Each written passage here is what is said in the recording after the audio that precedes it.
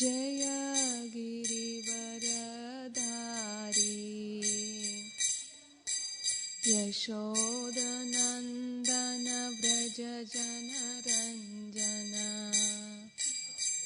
यशोदनन्दन Vraj जनरञ्जन यमुनतीरावनचारी नतीरावनचारी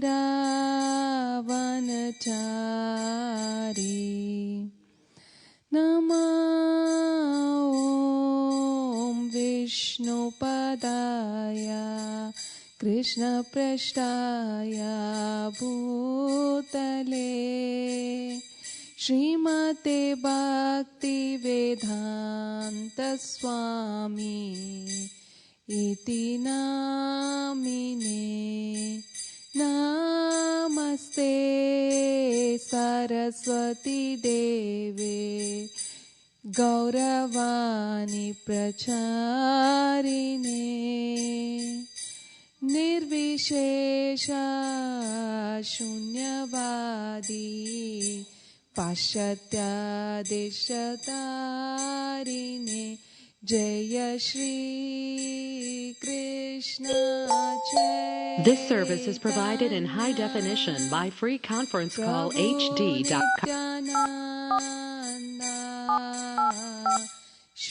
Access code accepted. You are the only participant in this conference. To stop, this conference is being recorded. All callers are muted and they can unmute themselves. Jaya Shri Krishna Chaitanya Prabhu Nityananda Shri Advaita Gadadhar Shivasadi Gaur Bhakta Vrinda Jaya Shri Krishna Chaitanya Prabhu Nityananda Shri Advaita Gadadhar Shivasadi Gaur Bhakta Vrinda Hare Krishna Krishna Krishna Hare Hare Hare Rama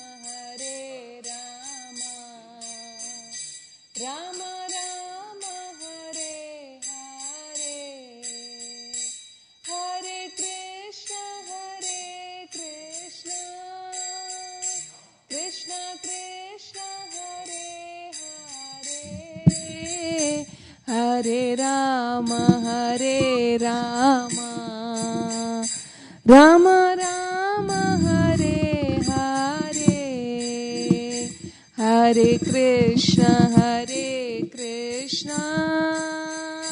Krishna Krishna Hare Hare Hare Rama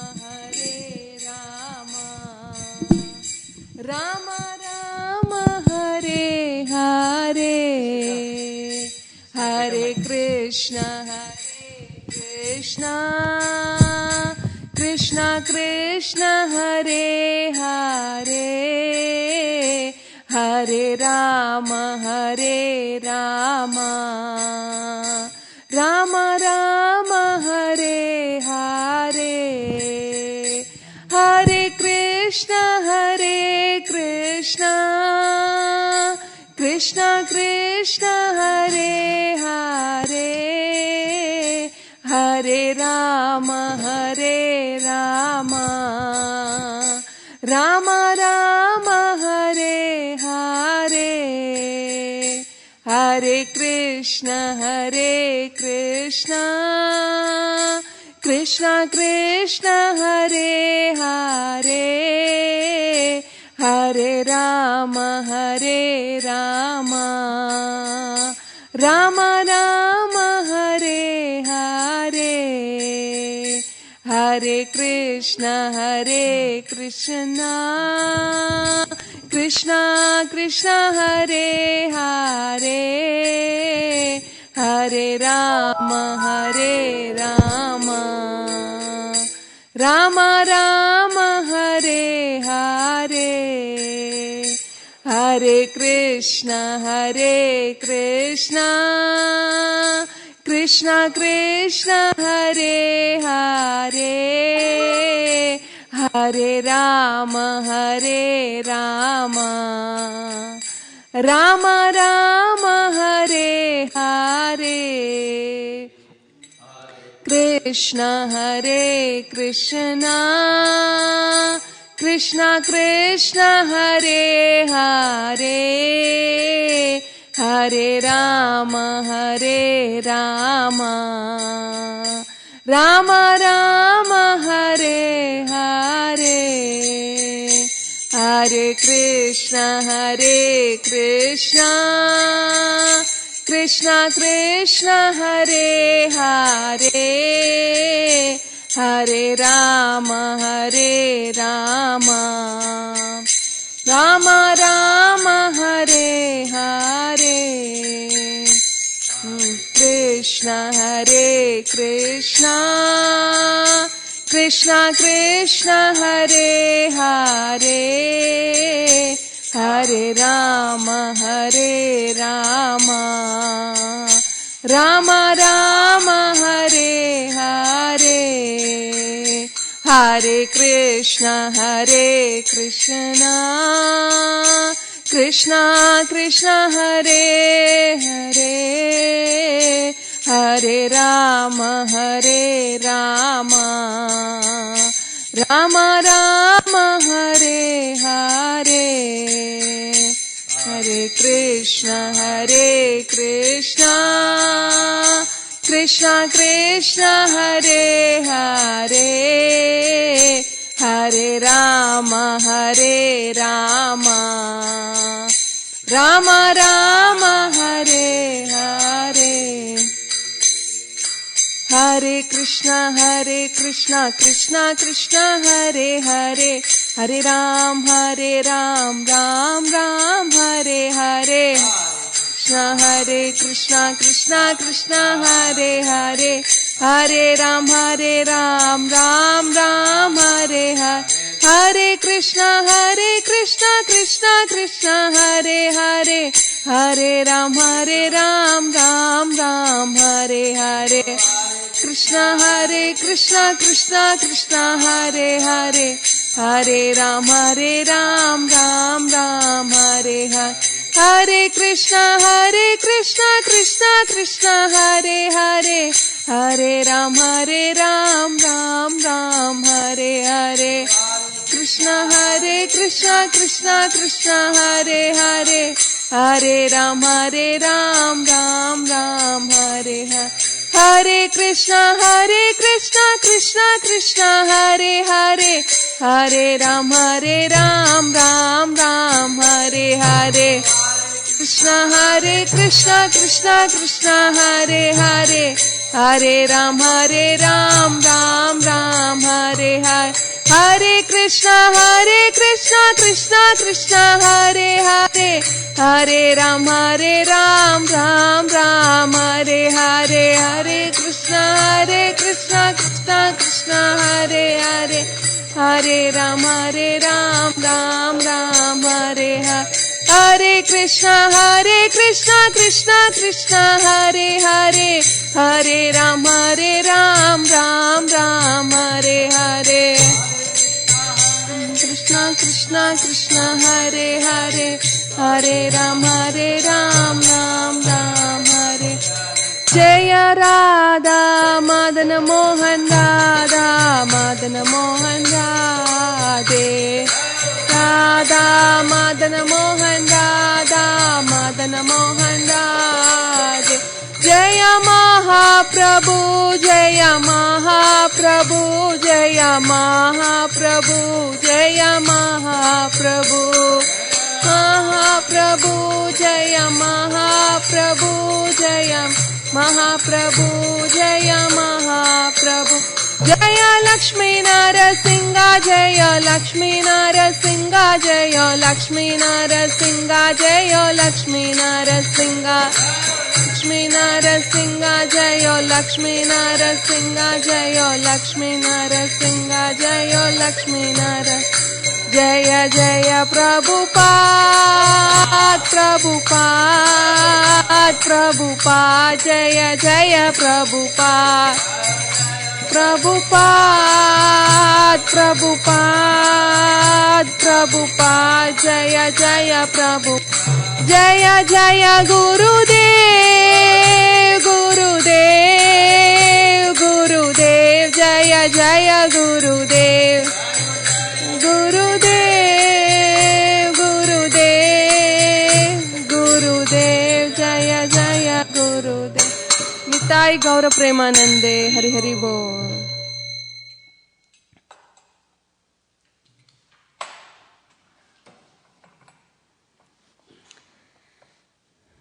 We welcome you all for the Wednesday evening program. And today's topic that Vishaka Mataji told me was the attitude of gratitude. So let's try to discuss about the topic in this class. So before we begin the class, let's offer our prayers and obeisances to the previous acharyas and get their mercy. Om Ajnanatimirandasya Jnananjana Shalakaya Chakshurunmilitam Yena Tasmai Shri Gurave Namaha. Shri Chaitanya Manobishtam Stapitam Yena Bhutale Swayam Rupa Kadamayam Dadati Swapadantikam. Vandeham Shri Guru Shri Uta Padakamalam Shri Gurun Vaishnavamscha Shri Rupam Sagrajatam Sahagana Raghunathanvitam Tam Sajivam Sadvaitam Savadutam Parijana Sahitam Krishna Chaitanya Devam Shri Radha Krishna Padan Sahagana Lalita Shri Vishakan Vidamsha. He Krishna Karuna Sindhu Dinabandho Jagatpate Gopisha Gopika Kanta Radha Kanta Namostute. Tapta Kanchana Gaurangi Radhe Vrindavaneshwari Vrishabhanu Sute Devi Namami Hari Priye. Vancha kalpatarubhyascha kripa sindhubhya evacha patitanam pavanebhyo vaishnavebhyo namo namaha. Jaya Shri Krishna Chaitanya Prabhu Nityananda Shri Advaita Gadadara Shivasadi Gaura Bhakta Vrinda. Hare Krishna, Krishna Krishna, Hare Hare, Hare Rama, Rama Rama, Hare Hare.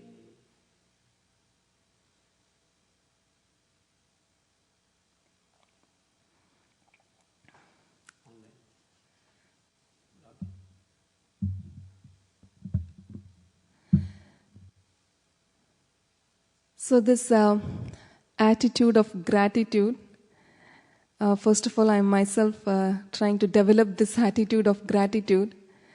And what we'll do today is, though I'm not qualified and personally practicing this attitude of gratitude in all circumstances, I really invoke the mercy of the Acharyas to share what they say in the scriptures and get more inspiration to practice this attitude at every point in our lives. So let's start with the topic. First of all, let's see what attitude means and what is the dictionary meaning of the attitude, because first we know what attitude means and then we can talk about what are the different types of attitudes that we can develop.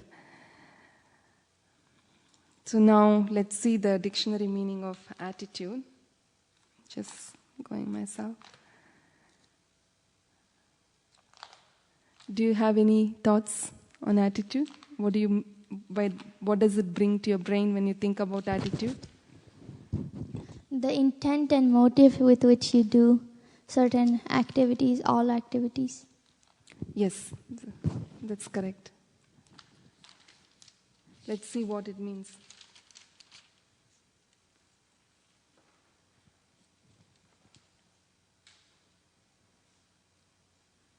Atonement, and here comes the attitude.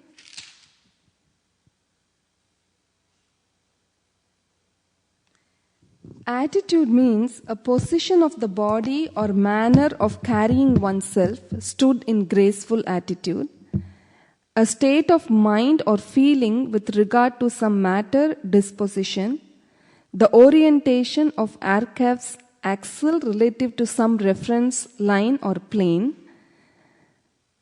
and a position in which a ballet dancer stands on one leg, the other bent backward with knee.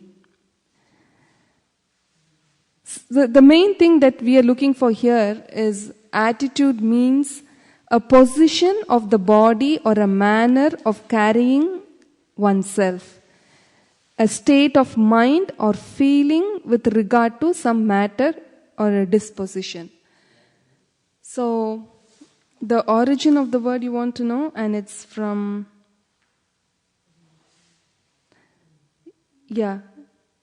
attitude, disposition, aptitudo, faculty.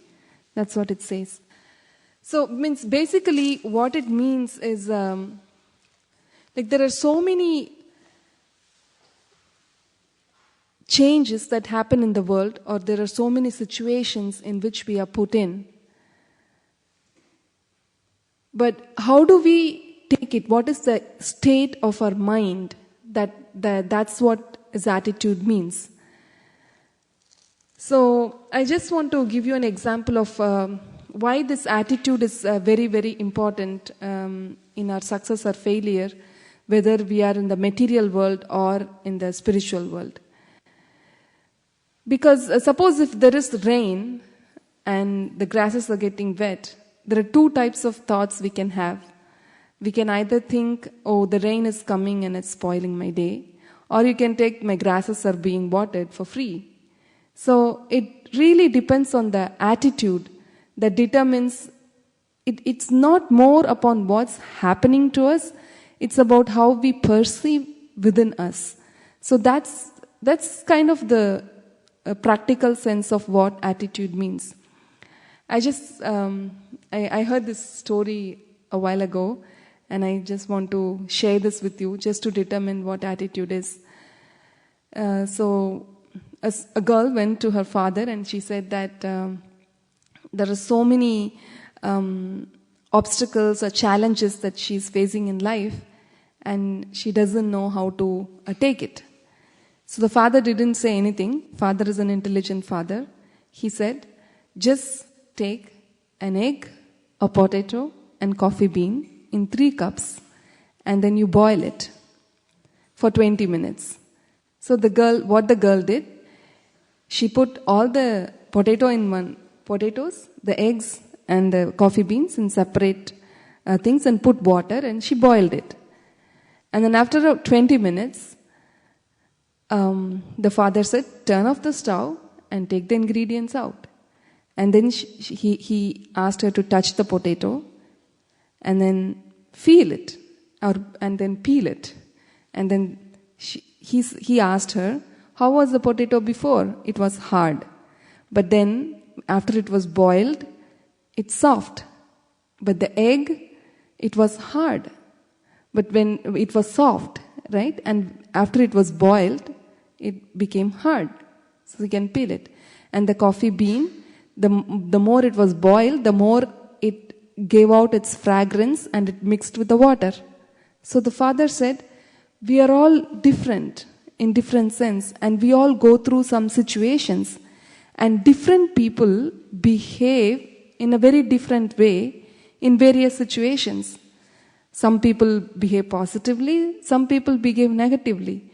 But depending upon our attitude, that's what determines whether we become successful or whether it's a failure, whether our heart becomes hard or our heart becomes soft.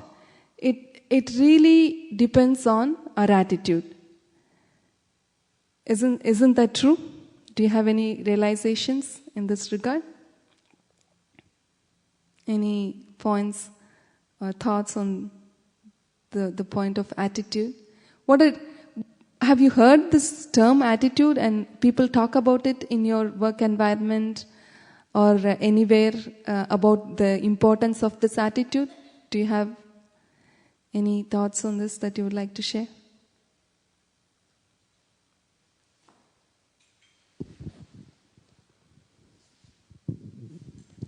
Yeah, attitude does matter, like when we are working, and depending on our attitude, our relationship and everything depends on that. Exactly. If we have a good attitude, then we have Perfect. a good relationship, and if we do not have that much a good attitude, then it will spoil our work relationship and personal relationship also. Exactly. Yes, that's a good one. Because more than before, even in our day-to-day lives, people talk about attitude. Because I was hearing in a lecture that in a survey or a research study that's done at Harvard, they found that people who get promotion, they get it because 85% it's because of their attitude, and only 15% for the expertise or domain knowledge that we have. Why is that? Because people want to work with, as you said exactly, that work with people who have good positive attitudes. Because how do you take your stress? What is your attitude towards stress? What is your attitude towards adverse situations like crisis? How do you take it? How do you behave in those situations? That is what people are looking for, more your emotional quotient more than IQ, right? So that's very important for survival these days. Attitude is very important.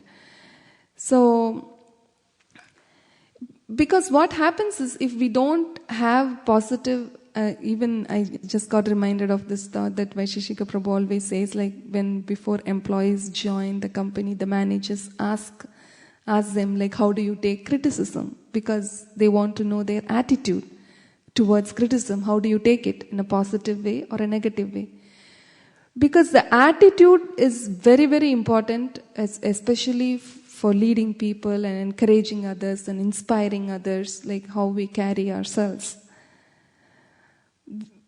Because that is the foundation of our life. That's attitude, the way in which we take things. For example, the big skyscraper, like Empire State Building or whatever it is, if it's standing that tall and it's withstanding all the natural problems that it's facing, the foundation is very strong, because more than the content that's outside, it's deep inside.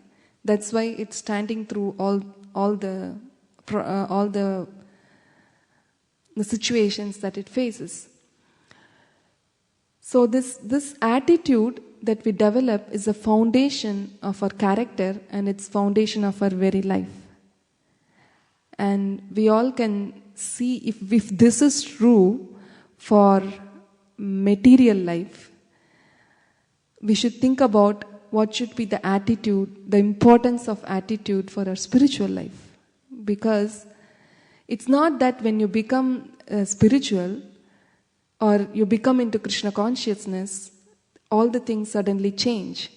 In fact, you become more responsible. So, and also the situation becomes more delicate than being in the material world. Because sometimes people say that ignorance is bliss, because you don't know anything about other people, the intricacies of offenses, the intricacies of relationships. You don't care anything about it when you're in the outside world. But when we come to Krishna consciousness, we become more responsible and we try to really acknowledge others and others' preferences and respect them. At that time, the attitude really becomes very, very important. That's why in the Nectar of Instructions, Prabhupada wrote, the success of a person in Krishna consciousness depends on the attitude of the devotee. Means the success in Krishna consciousness depends upon the attitude of the devotee.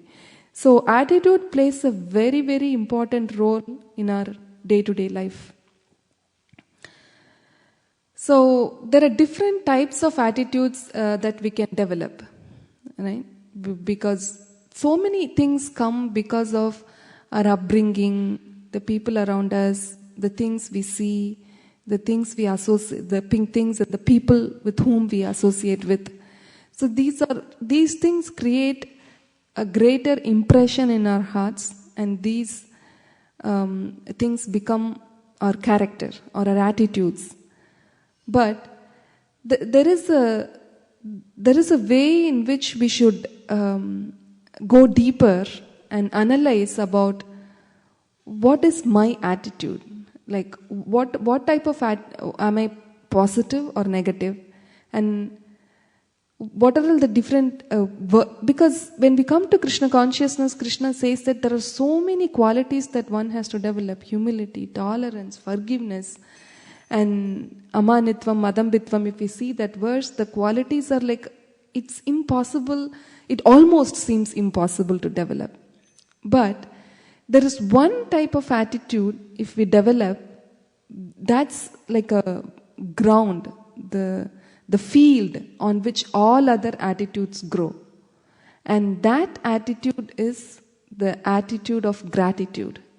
So that is the beginning of our spiritual life. That's because if this one quality is there, then all other qualities that are required to be even a good citizen, or much more than that at a higher level, to be a good devotee, to please Krishna and to attain our higher goal, this attitude of gratitude plays a very important role.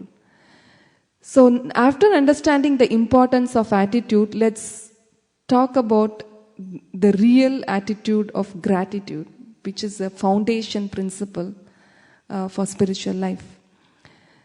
Before we start on that topic, I want to know your definition of gratitude. What does gratitude mean to you? And people who are online, if you want to send any messages, text messages, please text it to 408-203-2223. Again, it's 408-203-2223. So, what does gratitude mean to you? Can you please share some points?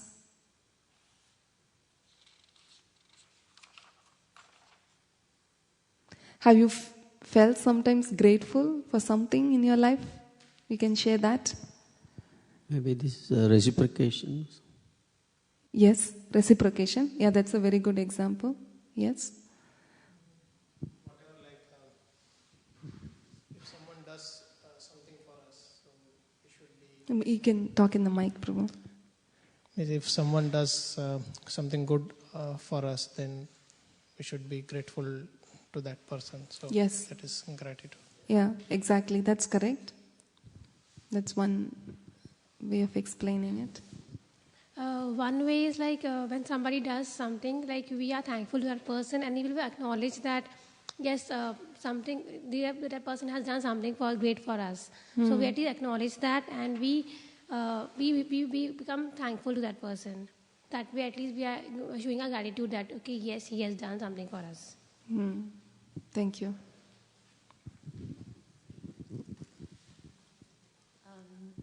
Yeah, I think when somebody does something for you without any benefit to them, that just we should be really grateful for what they do without anything in return.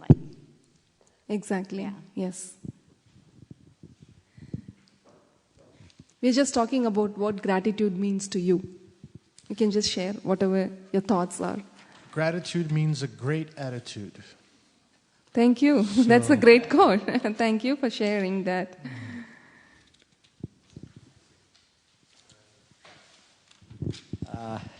To me, gratitude means somebody can work like a karma yogi. And karma yogi means basically you work for Lord's sake, not for any other. Or you work for work's sake, or you do your duty and that's it. Okay, good. Thank you for sharing, Prabhu.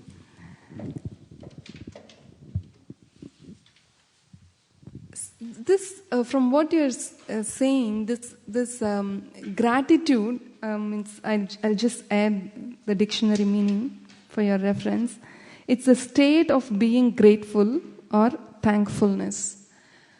Because this, as we saw, this gratitude is a field from which all virtues develop. So it's not something that's coming from the tip of the tongue, as Prabhuji said. It's a great attitude to have. It's a great virtue to have. There is something more to it, right? Because the heart is involved. If we are grateful, it's not that just it's an external thing. It uplifts one's life. By being grateful, we don't uplift only our lives, but also others' lives.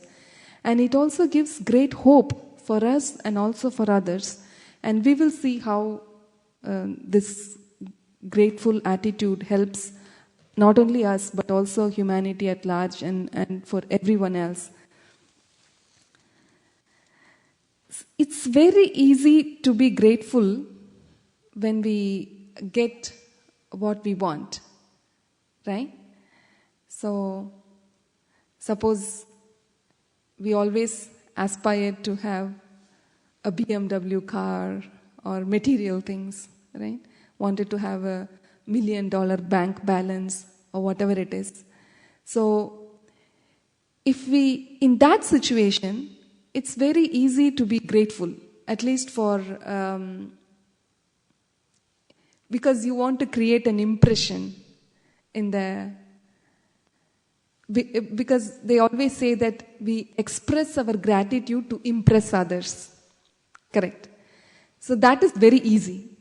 But how can we be grateful when we don't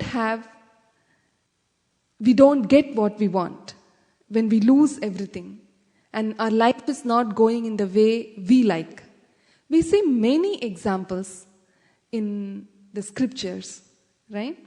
Like how devotees are grateful even if they don't get what they want, and they just serve Krishna. They are happy.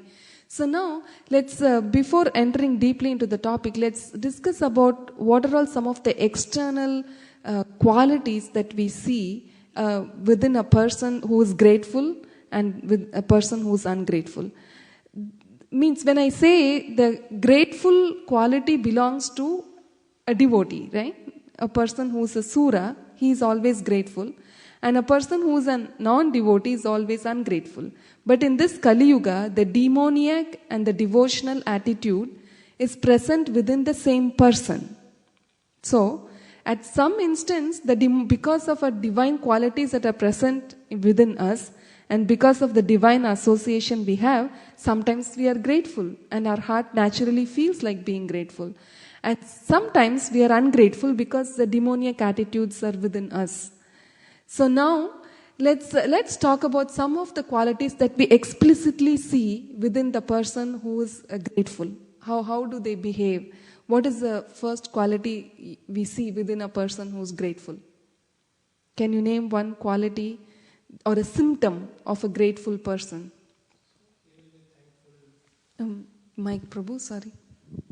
He will be thankful to others, like who has done good for him. So yes. So what do we see within him when we see a grateful person? He is happy and he is happy, exactly, contented. He will try to reciprocate that thing with him. Yes, exactly. Very true. Patient. Patient, yes, that's a very nice quality. An example of that is Prahalad Maharaj, right? He was patient. He was like, what are the situations he went through? Like he was put in fire, right?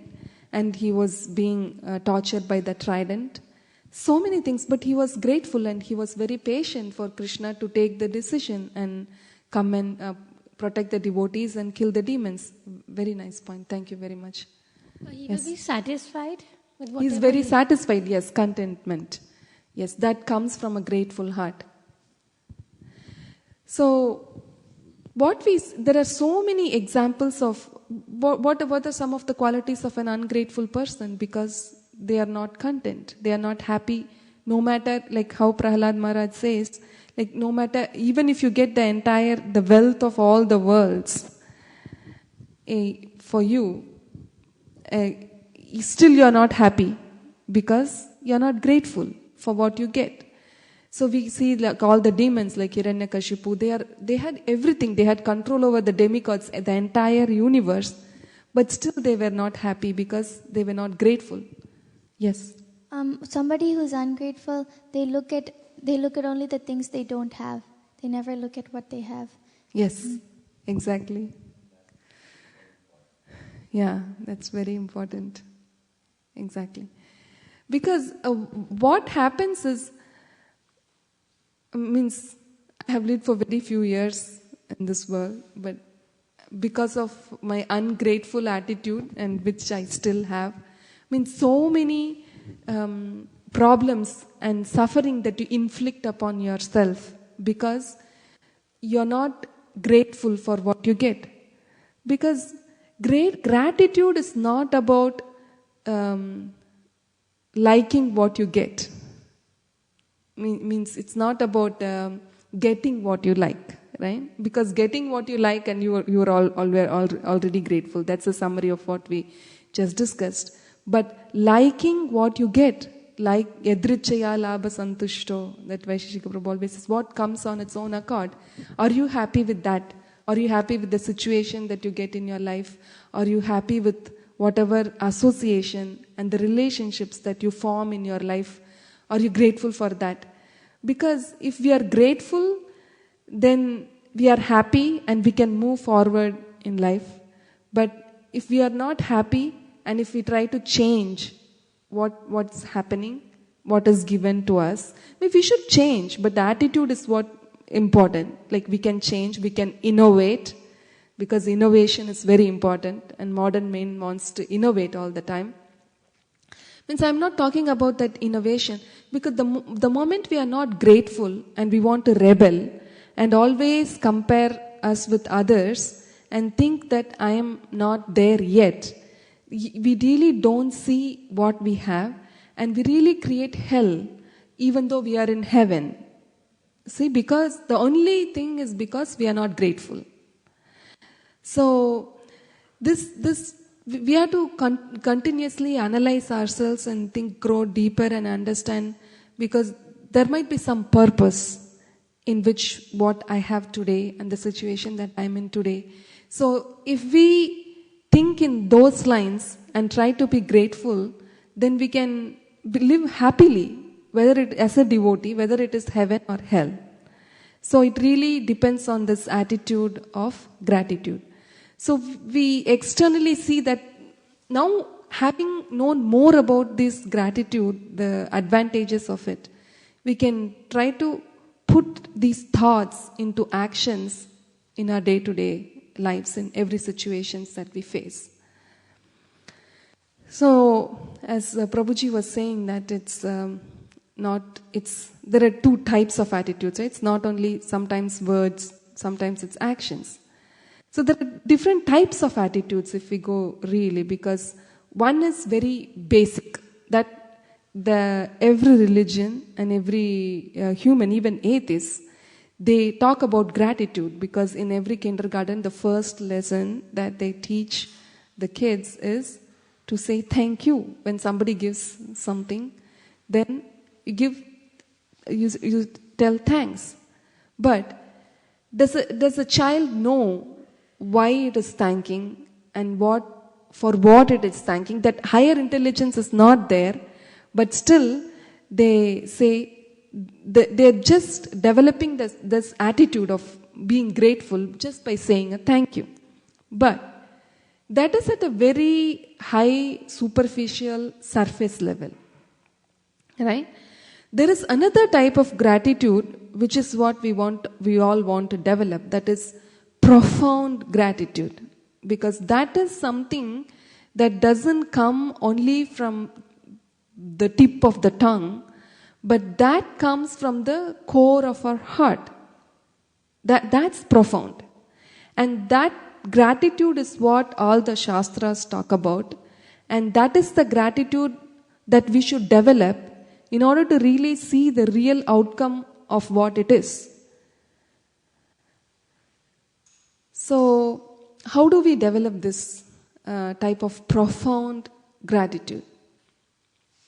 Because it's very, I'm again coming to the same point again and again, because sometimes even in the matter of being thinking that we are profound, we try to be grateful, but there is something more to it of being grateful. There is some action that we need to do in our day-to-day life to show our gratitude. Narendra Prabhu has some point. Well, let me talk about the profound gratitude. Devotee has a profound gratitude, and the reason is, in whatever he gets, he thinks that's a prasadam. Now, even if he's given, he's given bad situation, he'll say, this is also God's prasadam. He wants to improve me on the spiritual side. So he's still thanking in the bad situation also. When he gets good things, he wants to enjoy his prasadam. So he thanks there also. He's thanking every moment and every time. And it is profound, because he's saying with the heart that I thank God all the time. Yes, that's correct. That's little deeper. Because it's not that I will tolerate everything and I'll be grateful to a certain extent. And the moment my ego is touched, forget it, Prabhu. I don't care, because I have my own space. So that's where we hit the glass wall, right? We should extend that and go beyond that type of gratitude. So now let's talk about what gratitude is, because this is a very basic lesson that one should have. One should learn in a spiritual life, because if we are not grateful to the person who is providing us all these facilities, there is no way we can coexist or cooperate with each other and be peaceful in this world. So let's talk about, when we talked about the gratitude, you all shared that grateful means that you get something and you want to be thankful for what you received. So let's talk about let's go more deeper into what do we have now and where does it come from.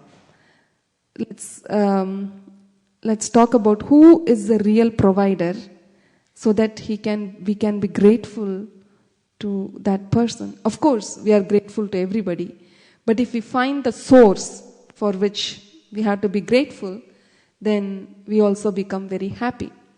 So, what are some of the things that we have now for which we are not paying, but we should be grateful for? Because Vaisheshika Prabhu always gives the example of that the moment you're born in this world, you have a bill to pay, right? For electricity, for your home, and for everything. But there are some things that is coming from a person for whom we are not paying anything, isn't it? So, who is that and where is it coming from? Do you have any thoughts? Any references from the Shastras?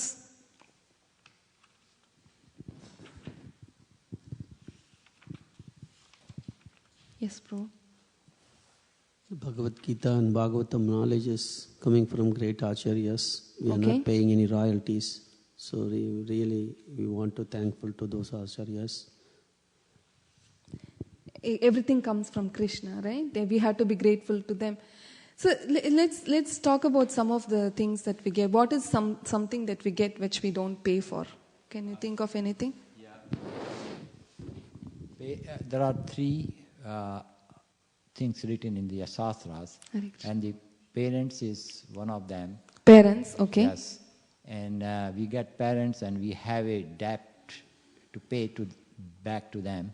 And then there are three different debts. One is demigods, is where we have to pay debt to demigod. And then third one is Rishi Munish, whom we are supposed to pay debt to. Okay. So these are the three, and we are, as soon as we are born with debt to these three, because these have already given us something.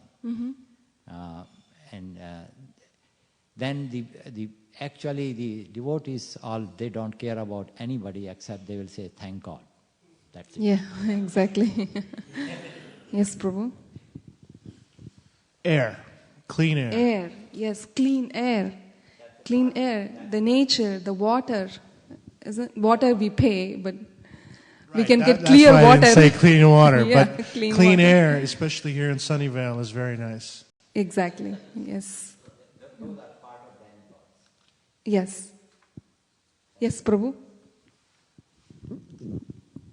The most important thing is our intelligence by which we are recognizing all this. That is also given by God. Yeah, exactly. And that we don't pay for, and we take credit for that, but we don't pay for it. Yes, yes.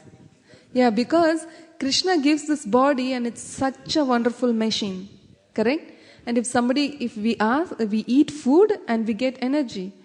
We say that we are very scientific and we know everything, but if somebody comes to me, of course the doctors can explain, they ask like, how is your food transformed into energy? I cannot explain with every detail of how it's working.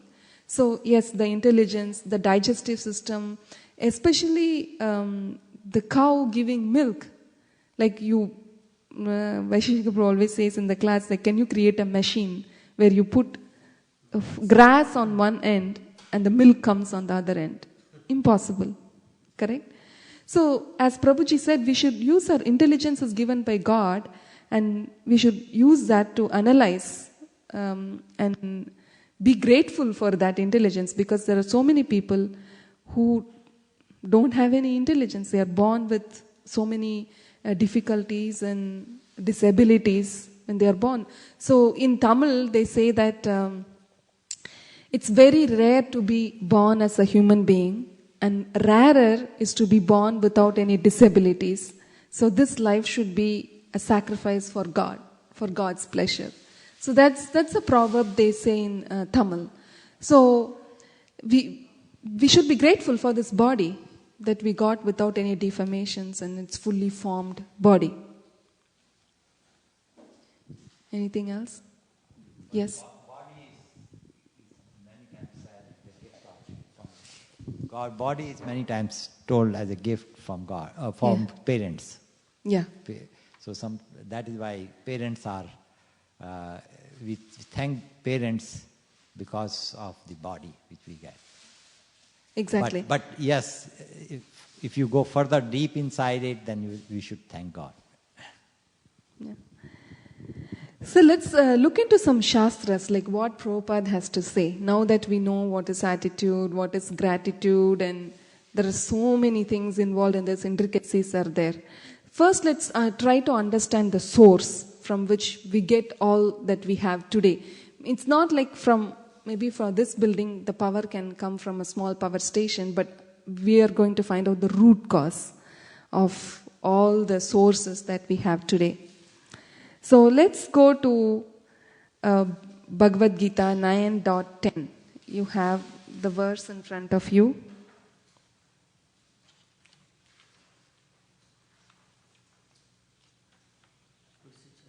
9th chapter, 10th verse.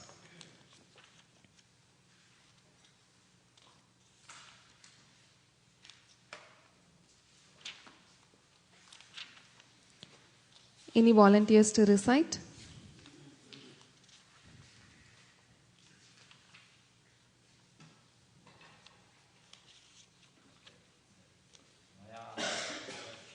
Prabhuji, can you please do it in the mic? Maya dakshen prakartiha suyate sacharacharam hetunanen kante jagadvi parivartate. Yeah. Can you please read the translation and purport? The translation: the material nature, which is one of my energies, is working under my direction, O son of Kunti, producing all moving and non-moving beings. Under its rule, this manifestation is created and annihilated again and again. Yeah, the purport. Okay. It is clearly stated here that the Supreme Lord, although aloof from all the activities of the material world, remains Supreme Dictator and Supreme Director. This Supreme Lord is the supreme will and the background of the material manifestation. But the management is being conducted by material nature. Krishna also states in Bhagavad Gita that of all the living entities in different forms and species, I am the Father. The Father gives seeds to the womb of the mother for the child. And similarly, the Supreme Lord, by its mere glance, insects all the living entities into the womb of material nature, and they come out of their forms and species according to their last desires. Last desires and activities. All these living entities, although born under the glance of Supreme Lord, take their different bodies according to their past deeds and desires. So the Lord is not directly attached to this material creation. He simply glances over the material nature, and material nature is thus activated, and everything is created immediately. Because he glances over the material nature, there is undoubtedly activity on the part of the Supreme Lord. But he has nothing to do with the manifestation of the material world directly. This example is given in the Smriti when there is a fragrant flower before someone. The fragrance is touched by the smelling power of the person. Yet the smelling and the flower are detached from one another. There is a similar connection between material world and the Supreme Personality of Godhead. Actually, he has nothing to do with the material world, but he creates by his glance and ordains. In summary, material nature without the superintendence of the Supreme Personality of Godhead cannot do anything. Yet Supreme Personality is detached from all the material activities. So here it's clearly explained, right, from where things come and how the world is created, and how is it created? Like simply by his glance, Krishna creates this energy, and we all know that the universal setup is like Krishna is the boss, and there are various departments, and the Indra, Chandra, Varuna, they are all carrying every departments. So where in Bhagavad Gita is it said that Krishna created that? The demigods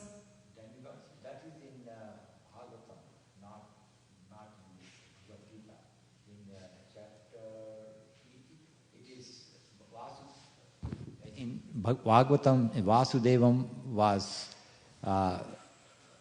was conducting a yagna, and when he was conducting yagna, then Narada told Vasudev that when you are conducting yagna, you have already done the service for your parents and you have done the service for demigods, but now you should do the service for the rishis, which you have not completed, and that you should clear the depths of the rishis. And that is how he was conducting the yagna. At that time it was said. Okay. So it's Bhagavatam part, not Bhagavad Gita. I'm sorry. You have some points? I was thinking the shloka Bhoktaram Yankya Tapasam Sarvaloka Maheshwaram Suhridam Sarva Bhutanam Gyantamam Shantimuchati. What does it say there? It says that the Supreme Personality of Godhead, Sri Krishna, is the benefactor of all living entities, all the demigods, and basically everybody in the universe. So if one knows this truth, then he feels peaceful. Yes, that's the way of being. Knowing that the God creates everything itself gives a sense of gratitude and a sense of belonging, that there is someone who is continuously being with you and providing you with all necessities. You need not be worried about the circumstances, because the moment you know who your rich father is, then you become really satisfied. You are not anxious anymore about your maintenance. So there is also another verse where Krishna says like how these things are put together. Like there is Krishna, there is demigod, and there is human being. Where is this gratitude comes in? What is the purpose of all that? Let's just see verse number 3.12. And let's just read this verse through and the purport, and it will give us a clear direction from Prabhupada. It's page number 158 in Bhagavad Gita. I'll say it and please repeat the verse. It's page 158, 3.12.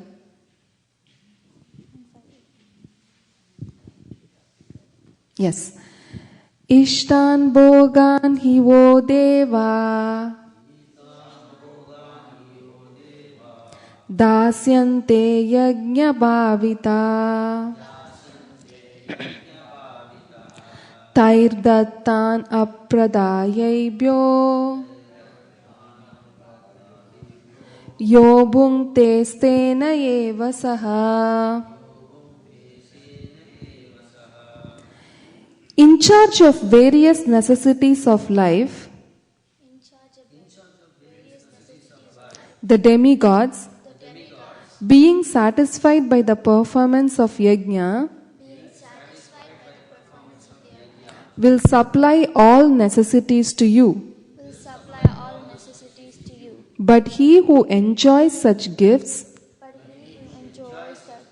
without offering them to the demigods in return is certainly a thief. Purport. The demigods are authorized supplying agents on behalf of the Supreme Personality of Godhead, Vishnu. Therefore, they must be satisfied by the performance of prescribed yajnas. In the Vedas, there are different kinds of yajnas prescribed for different kinds of demigods, but all are ultimately offered to the Supreme Personality of Godhead. For one who cannot understand what the personality of Godhead is, sacrifice to the demigods is recommended. According to the different material qualities of the persons concerned, different types of yajnas are recommended in the Vedas. Worship of different demigods is also on the same basis, namely, according to the different qualities. For example, the meat eaters are recommended to worship the goddess Kali, the ghastly form of material nature. And before the goddess, the sacrifice of animals is recommended. But for those who are in the mode of goodness, the transcendental worship of Vishnu is recommended. But ultimately all yajnas are meant for gradual promotion to the transcendental position. For ordinary men, at least 5 yajnas known as Panchamaha Yajna are necessary. One should know, however, that all the necessities of life that the human society requires are supplied by the demigod agents of the Lord. No one can manufacture anything. Take, for example, all the eatables of human society. These eatables include grains, fruits, vegetables, milk, sugar, etc. for the persons in the mode of goodness, and also eatables for the non-vegetarians like meats, none of which can be manufactured by men. Then again, take for example heat, light, water, air, etc., which are also necessities of life. None of them can be manufactured by the human society.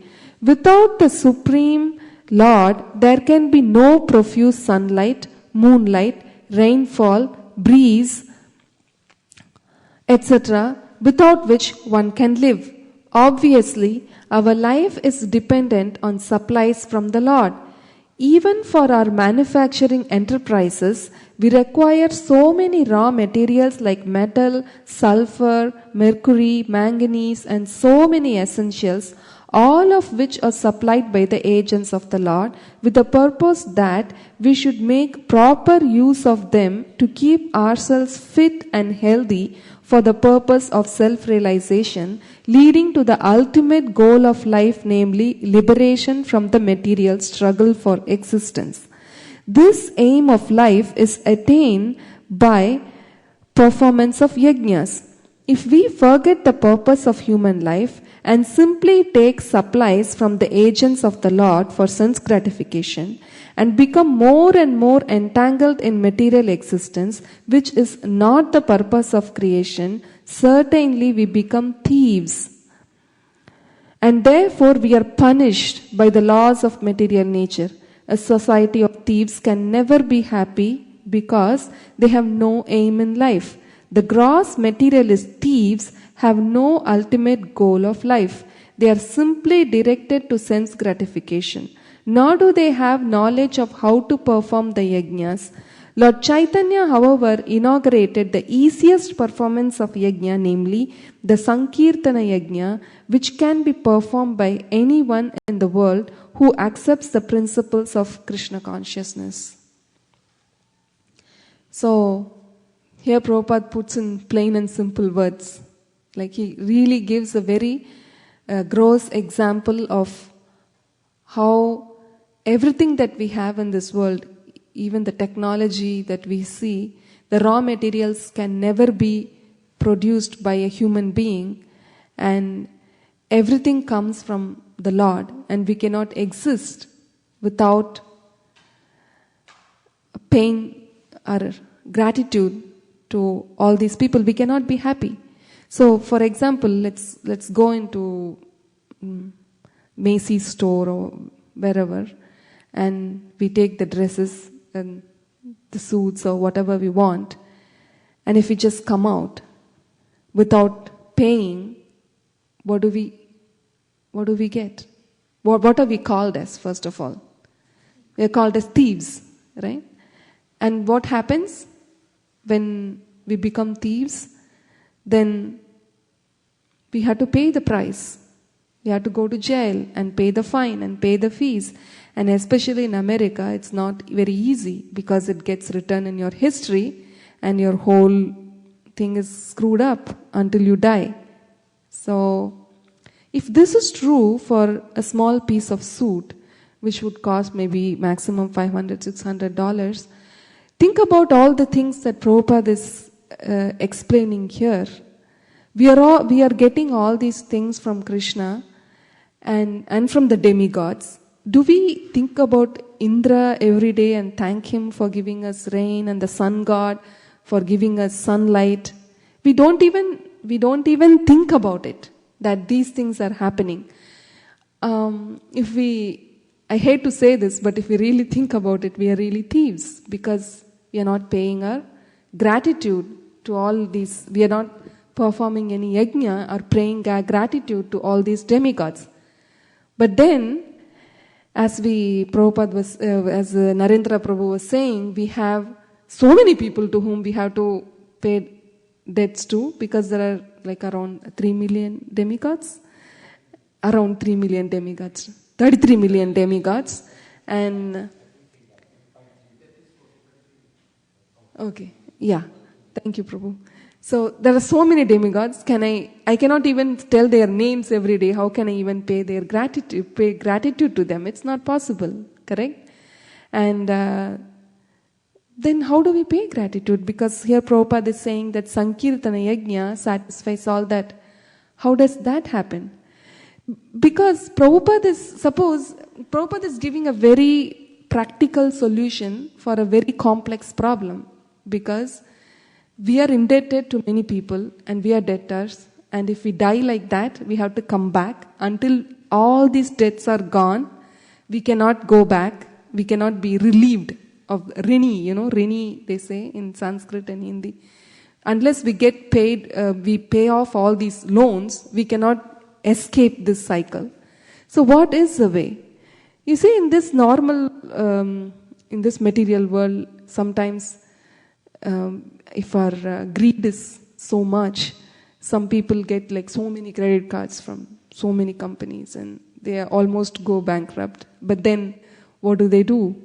They cannot deal with each and every credit card company, right? And what do they call? They call a credit advisor and they'll consolidate all the loans, and then you are answerable to only one person, nobody touches you like that. Prabhupada is giving a solution like that. It actually works because many lifetimes you are taken, like Vaishik Prabhu says in the class, like if we consider about the bodies that we have taken, because if I am born as a fish, there should be somebody who should provide me with an ocean where I can live, right? There are 8,400,000 species of life, and every species is provided with food and it's provided with home. All the needs are satisfied. Like an ant eats very less and an elephant eats like so much food, but Lord is providing for everybody. The atheists say that it's material nature, the nature provides. But people who are intelligent, they go beyond this impersonal explanation of material nature providing everything, and intelligent persons identify that there is actually a person who has personally arranged for all these facilities that cater to each and every body that we take, isn't it? So Krishna is there, and Prabhupada is coming and helping us to understand this fact that first of all, we are sleeping. First of all, we are so intoxicated that we don't even know that we have a debt. Then there should be someone who come and wake us up, and they should tell that you did all this and you have to pay for it. And then he's also giving us what is the easiest way to pay for it. The same credit card example that I have given. So to go little more into what Prabhupada says about how we can get rid of all this and really develop this attitude of gratitude and get out of this cycle of birth and death and pay off our debt in one go. Let's go to Bhagavatam. Let's read one more verse and then continue our discussion, because that will be complete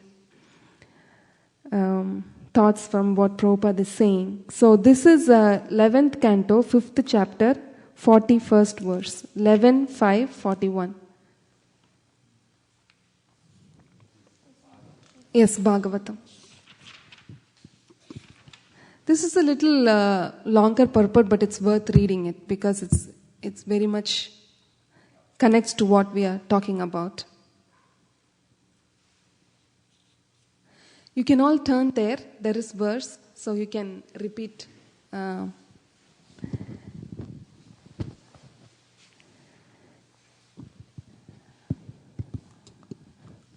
Devarshi bhutapta nrinam pitranam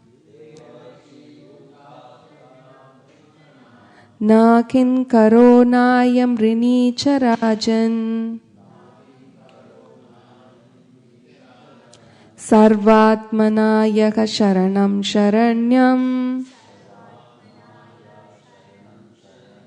Gato mukundam parihritya kartam.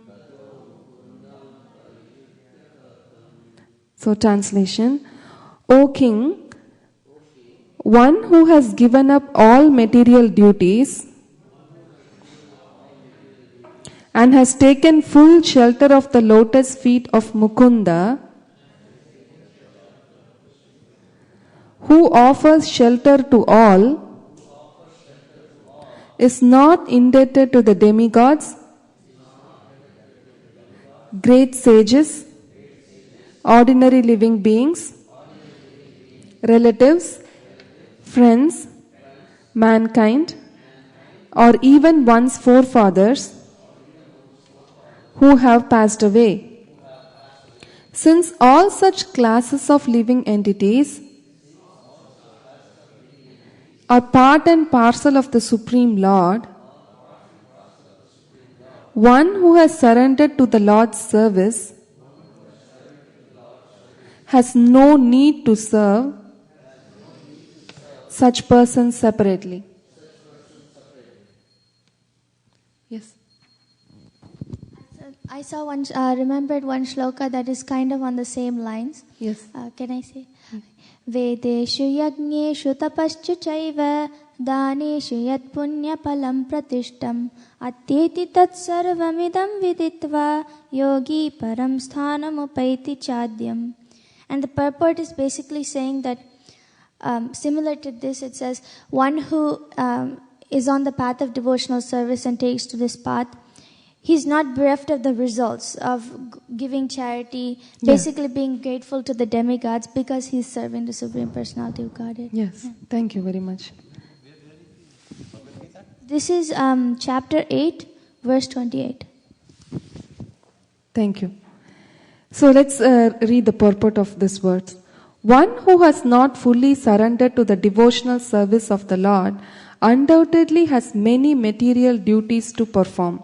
Even ordinary conditioned soul is the recipient of innumerable benefits given by the demigods, who provide sun and moonshine, rain, wind, food, and ultimately one's own material body.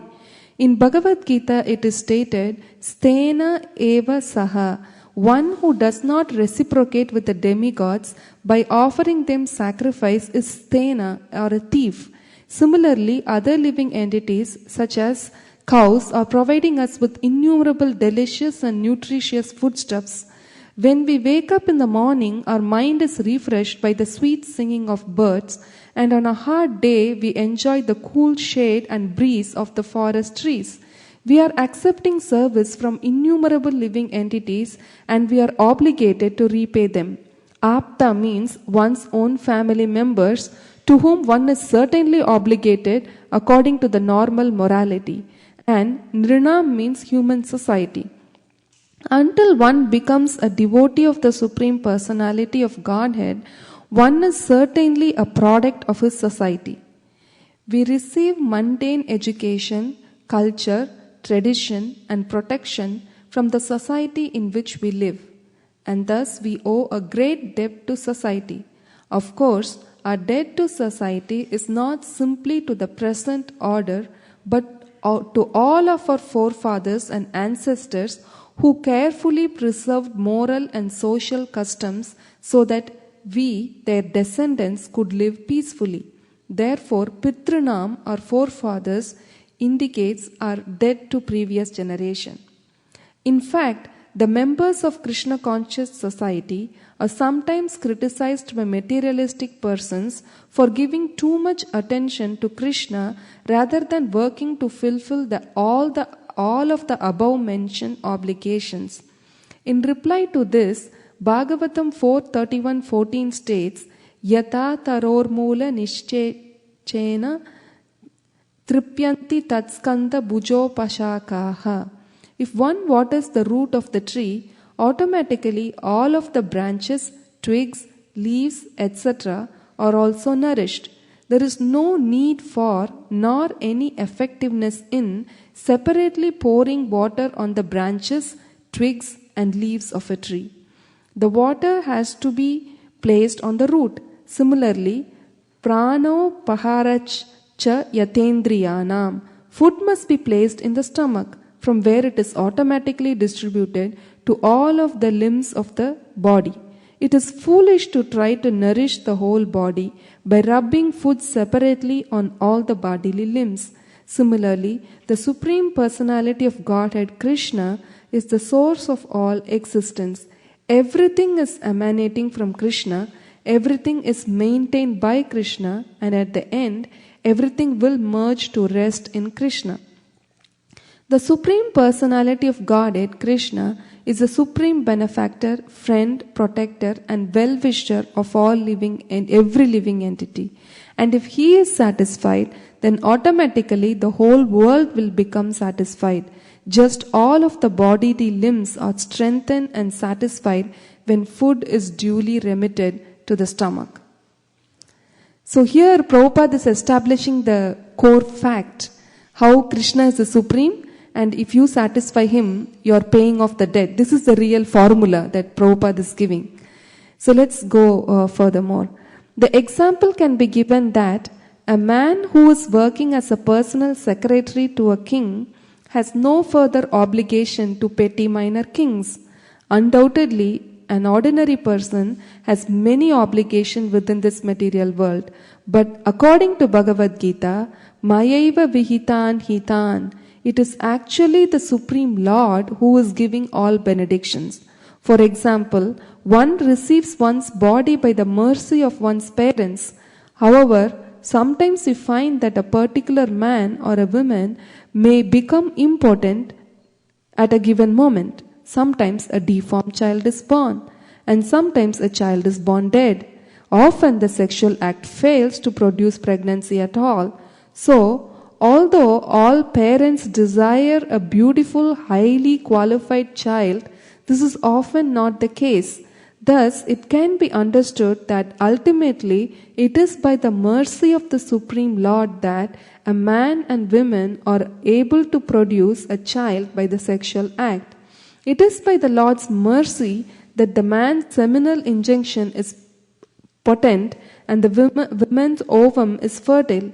Similarly, it is only by the mercy of the Lord that the child is born in a healthy condition and reaches physical maturity to pursue his own life.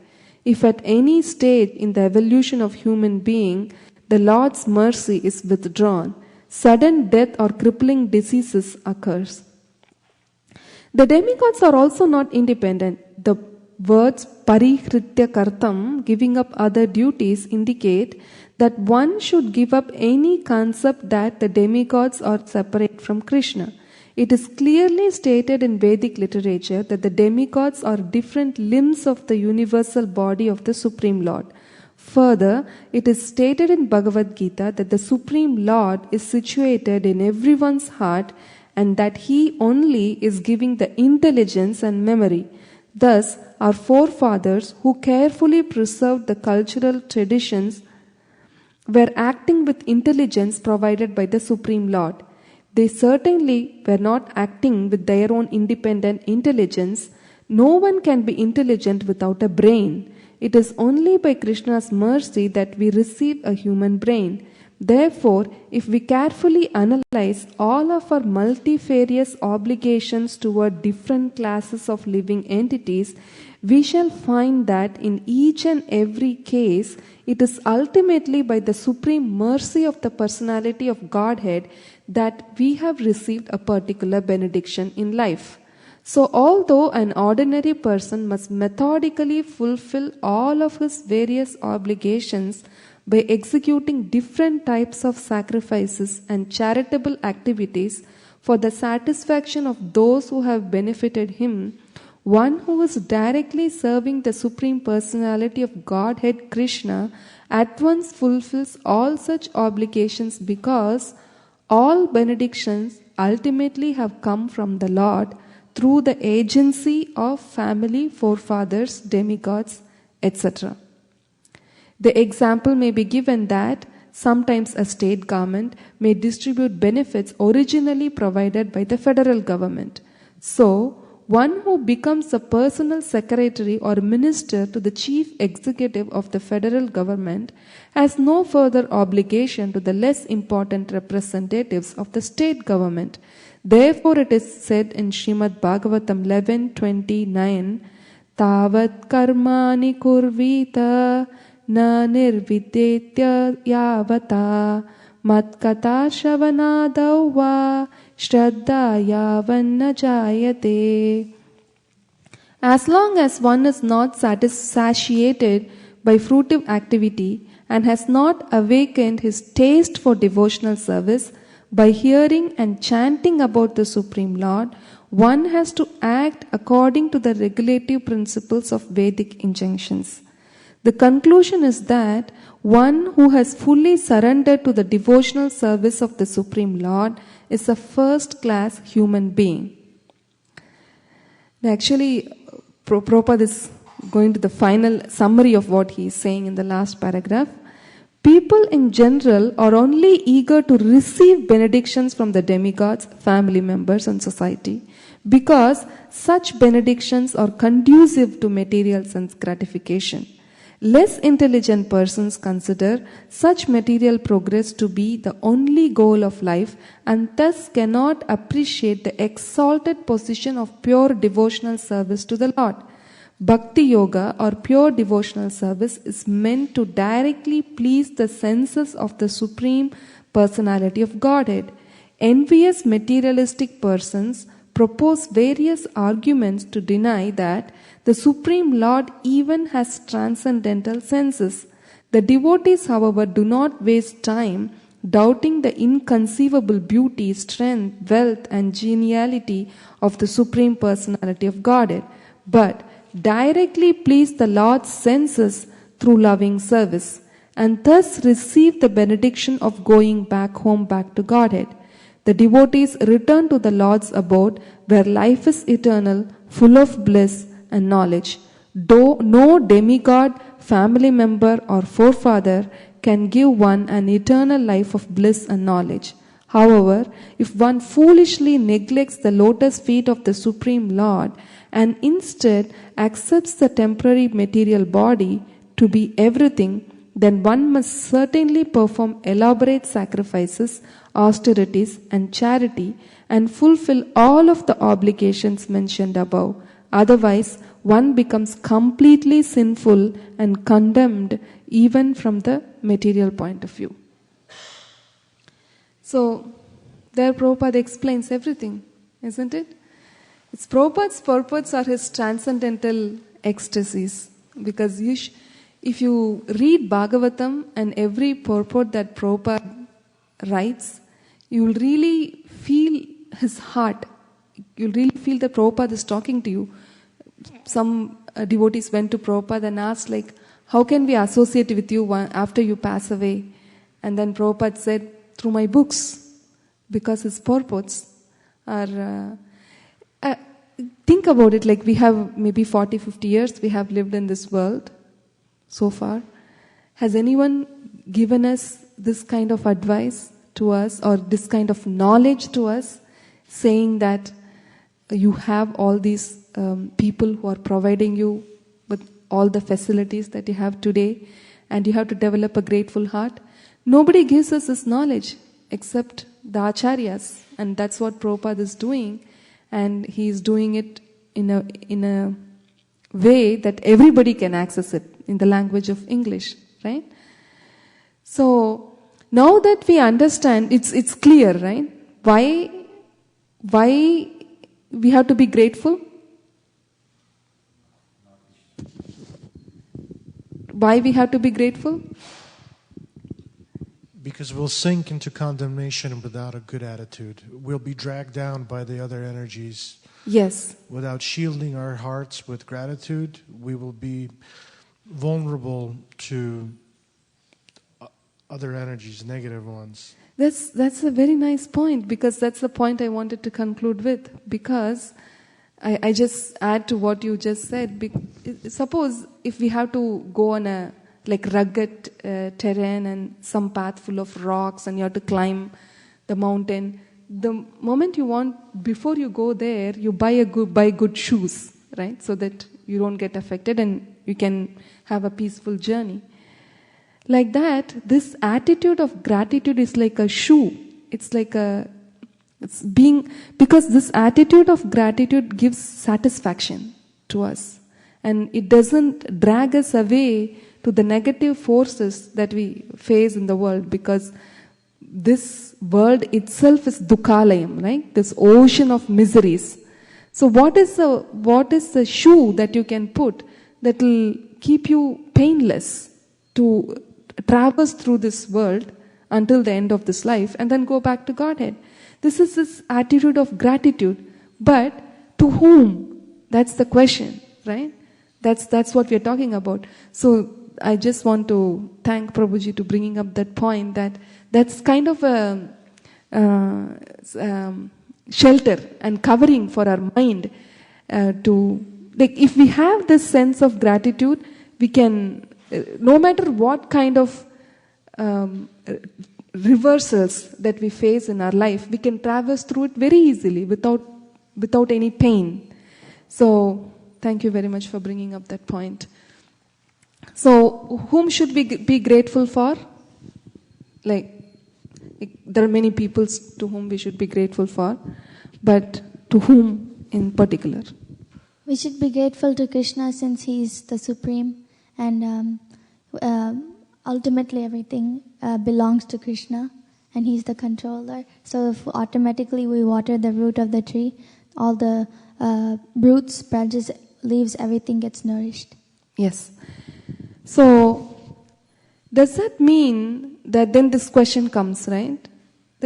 Okay, I become a devotee and I'm grateful to Krishna. But what do I do? So should I just come and talk and read and everything? We also talked about the two types of gratitude, right? One is very basic. You just tell from the tip of the tongue that thank you, or you talk very nicely. But there is little more to it, right? Action. What is action? Now that we know that Krishna is there, He is the Supreme Person, I have consolidated all my debt and I just have to pay to Him. I don't have to pay to anybody else. But what do I do? How do I pay it? Just think about it at the mental level? Or what do I do? I think we have Hariharan Prabhu because he does that and he knows the secret. So maybe we can ask from him. So, I don't know what exactly you are looking for, but one thing is to follow Krishna's instructions. Yes. And His instructions are basically given to us by the acharyas and the sampradaya or our guru. So, like in our sampradaya, we are told to be the servant of the servant of servant. So basically serving the devotees without, and like following Mahaprabhu's instruction that we do not expect any honor or thing, but just serve them with love and affection, and then automatically Krishna will be happy because we are serving them without any ulterior motives. Exactly, yes. That's the thing. So what the essence of what Prabhuji is saying is, you have to do it. There should be some action. Action means what? Means through this body. The purpose of this body, why the body was given, is for acting, because Krishna has mercifully given this body. If you see, there are three layers, right, in this body. There is soul, there is subtle body, and there is gross body. We always roam around in this. The moment we die, all these five elements go in and become earth, water, air, fire, ether, and we just have the subtle body. That's one kind of death that we have, and we are left with the subtle body. And unfortunately, if we prematurely end it, then we just roam around as ghosts without any body, isn't it? So at that time, even if we want to do service, we cannot do because we don't have a body. And now what is the other type of death that we could have? Means other type of ends that we face. There is some pralaya, or there is secondary dissolution, and there's primary dissolution. And then at the end of everything, we go and rest in the body of Vishnu, isn't it? We are within the body of Vishnu at the final destruction takes place. But we are not aware of the fact that we are in touch with Vishnu. So when that awareness is not there, even if we are in that body, we cannot do anything, right? So what does Krishna do? He mercifully creates this material world and mercifully gives us this body, so that through this body, can I offer food to Krishna without having this body? It's not possible, right? Because without body, I cannot do any service. So through this body, the purpose of the body is to serve Krishna. So through this body, we should do service. Through mouth, what we should do? Chant the holy names of Krishna. Through hands, what should we do? Wash the temples. Through legs, what should we do? Walk to the temple, right? Through eyes, what should we do? And through nose, what should we do? Isn't it? So that is why Prabhupada is saying this. Prabhuji was talking about intelligence and the body that we are saying. So everything has to end in action. So in our day-to-day life, we should practice our attitude of this gratitude starting from the act of the tongue. That's what Rupa Goswami says. The solution to all the problems starts with the tongue. Isn't it? Vacho Vegam. And Vaishika Prabhu also says that one of the two symptoms that you can see in a person who's advancing in Krishna consciousness is what he speaks. Isn't it? Like, so many things come out of our mouth every day, but we should spend that time in glorifying. Like Krishna, he doesn't need anything. Doesn't he have the food? Doesn't he have the wealth? He has all the food, all the wealth, all the beauty, everything. But then how can I pay to a person who has everything? It's not possible to show gratitude to that person. So Krishna says that you can show gratitude to me by glorifying about me. Kirti, by singing about my Kirti. Right? So Kirti, how it starts? You can sing with devotees. And personally in one's life, it starts with chanting the names of God. That's what Prabhupada said in the previous verse. Yajna, sacrifice. The purpose of human life is to perform sacrifice. But do I have the fire pit? Can I wake up early in the morning and go to a river, stand in water until the neck, and then do yajna? I'm not there yet. And like previous ages, if they want to do yajna, the students have to wake up, they collect all the wood, they give it to the spiritual master, they light the fire, and then you chant the mantras. But today, Chaitanya Mahaprabhu says, anywhere, everywhere. You just go and chant the names of God, and you're showing your gratitude to Krishna that way. Things cannot be made more easier than what Mahaprabhu has given. So this attitude of gratitude means we should analyze and we should be grateful, we should think, but that's where the materialists stop. Like if you search for attitude of gratitude in internet, you get lots of seminars, lots of YouTube videos, lots of articles, but everything is at the mental level. It's not solidified. It's just a concept. Like until you give people something that they can do through their senses, you're not helping them, isn't it? That's the beauty of Prabhupada. He is giving us something that we can do through our body and then get the results, like as he himself did.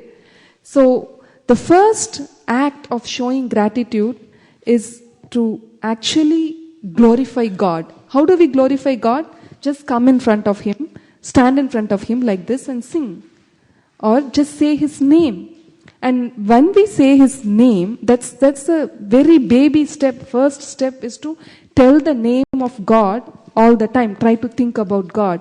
The more we think about God, this is a science behind thinking about God. Like some people say that Hare, H-A-R-E, Krishna, K-R-I-S-H-N-A. It could be any word. Can I say any other word and get the same benefit because I'm just focusing on one word and I get the same benefit? It's not. The science behind that is Krishna is there in everybody's heart.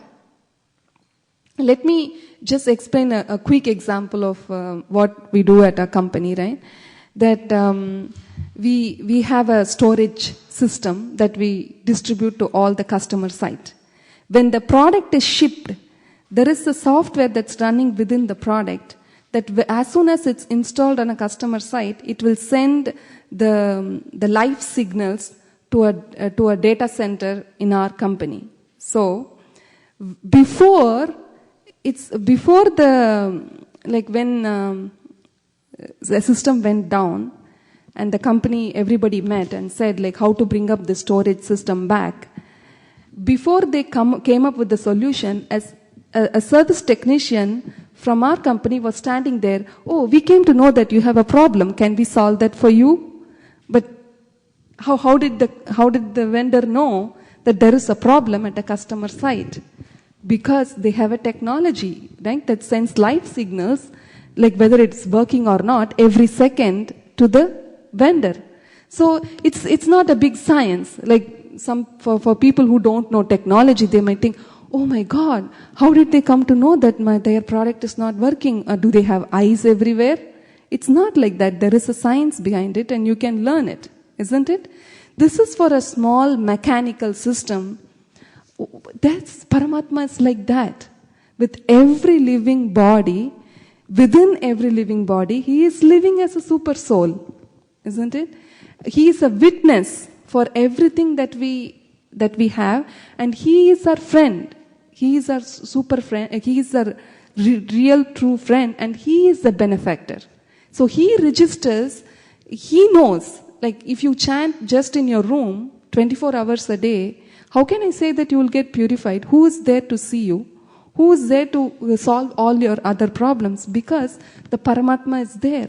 He is there within you, and he is also within the heart of the other person to whom you are indebted to. Isn't it?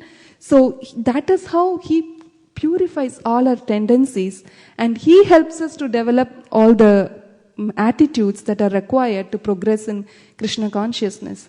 So there is a verse in Bhagavad Gita that says that he is the one who provides all protection, right? Do you know that verse?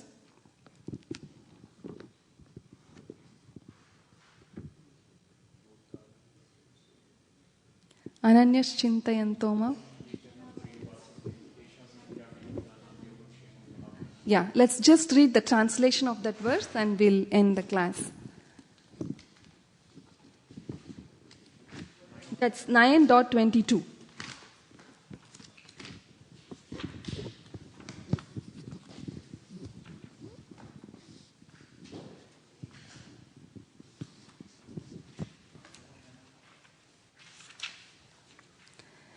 Ananyaschintayanto mam ye jana paryupasate tesham nityabhiyuktanam yogakshemam vahamyaham.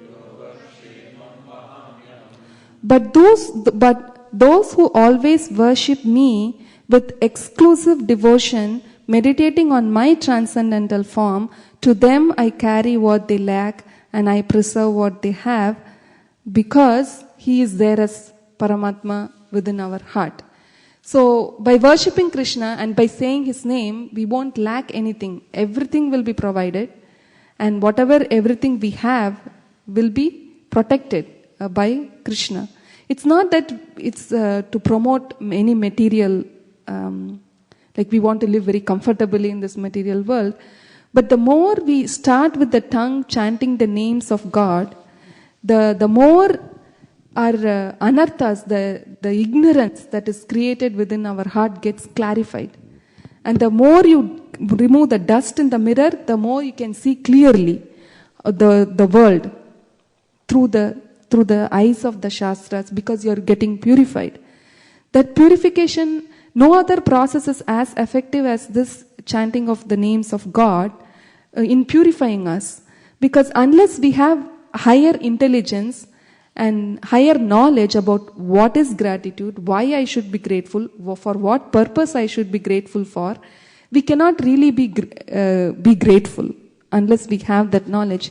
So that knowledge, no matter how many hours we sit in this class and discuss, it doesn't come. We can just, it will still remain at a theoretical level.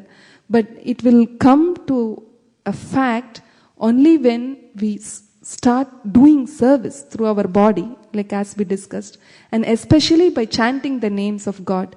Because even for the name of God that is manifesting in this world, it's also a person, right? And like Krishna, it's a person. That's Krishna standing there, and I can also tell, I cannot be with Krishna all the time, but when I go to office, I can be with Krishna, the name, right? But how can I be such a great person? Like, suppose if you have Amala Bhakta Prabhu was saying, if you want to go and visit a big, like Bill Gates' home or something like that, you have to have a first fix an appointment, and then you have to pass through so many securities, and then you get audience with the great person only for a very few minutes, isn't it? So, but this temple is like a house of the Supreme Person, but we just like that enter, right? Do we have that that attitude of what great sacred act that we are doing, that Krishna is allowing us to enter into his home and just walk in and get his audience? It's not possible even for a normal a person in this material world, the so-called petty billionaires, so-called billionaires, right? But Krishna is doing that. But that is mercy. But more merciful is that I'm just walking on a street. I'm not even in a place where it's purified. He is making himself available through his name, isn't it? How we should try to be grateful for that first. When we try to be grateful for that, then we can see that how all other living entities who are his parts and parcels, how can we be grateful to them? We can think about that. It automatically comes like that. So how can we be grateful to the name? Prabhupada says, easiest thing, give your ears. Like you say Krishna, like if somebody is telling you a secret, you'll feel like something you wanted to know for so many years, and somebody's just coming and give you that secret to your ears. You'll feel like you'll forget about all the sounds that are going around you. You'll put with all your energy, you'll try to hear that secret, isn't it? The secret of all secrets is this holy name. So we should put all our energy and we should just utter the name Krishna and try to hear it. And that's all it is. That's the way in which we start. That's the first step in showing our gratitude, the name. And from there, everything else will follow. So with that thought, let's try to tell one name and try to hear it with all our energy, as if that's the secret for which we have been waiting for so long. Okay? Okay, let's just say it. Hare Krishna, Krishna Krishna, Hare Hare, Hare Rama, Rama Rama, Hare Hare. Tat Sat. Thank you all very much. It's 8 o'clock. Thank you.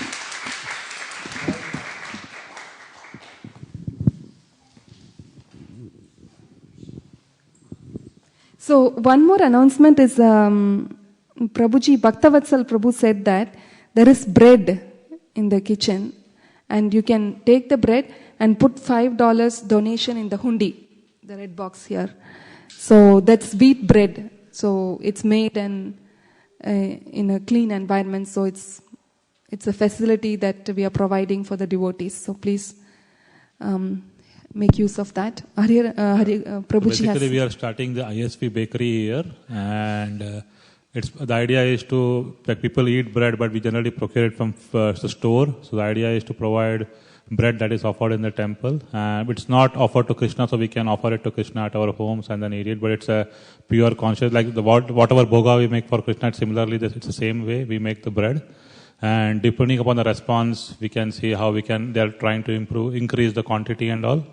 And we might also have like pastries and puffs and more other things in the future, so that kids can also don't have to buy it from outside. So, but this is the beginning, and it's been done by Bhaktavatsal Prabhu and Parthasarathi Prabhu. So they have started the they are helping us out to make this bread and then distribute it to devotees. So the donation is $5 for each loaf of bread. Hare Krishna. Yeah.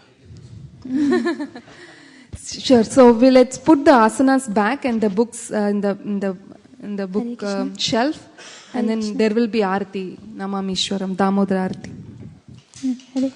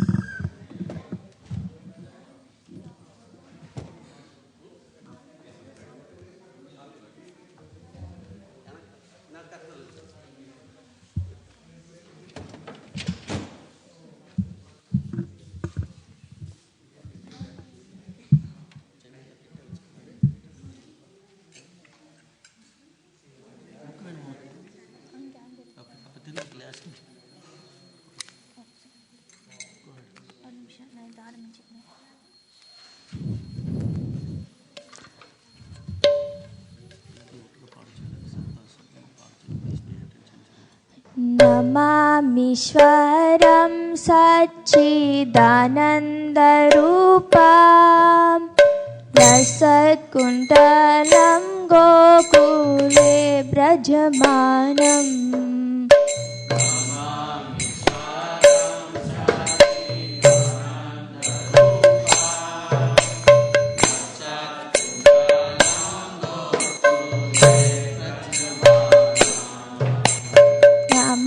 Namamishwaram Satchidanandarupa Rasatkundalam Gokule Brajamanam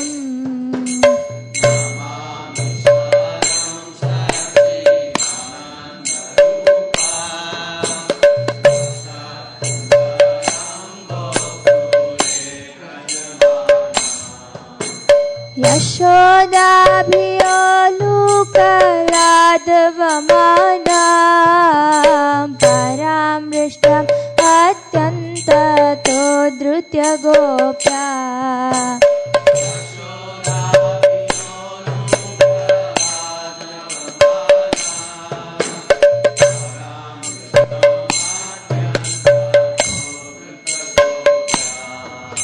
Rudantamuhunetra yukmam vrijanta Paramboja yukmena shatankanetram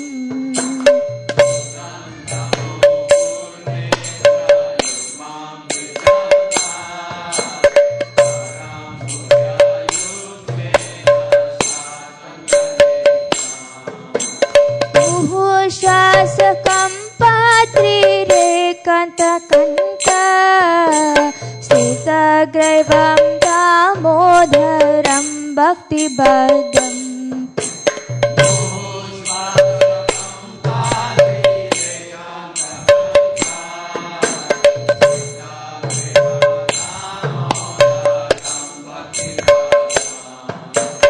Iti Drikshva Leelabhiranandakunde Swagoshami Ajantam Akyapayantam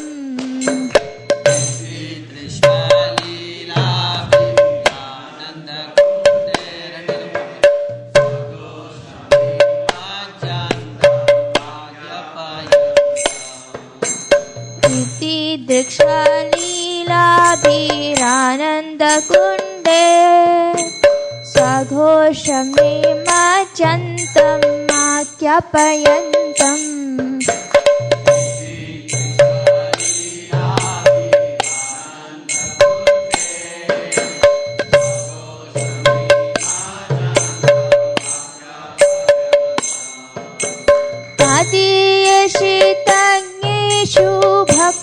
जितात्वा तस्तं शतावृत्ति वन्दे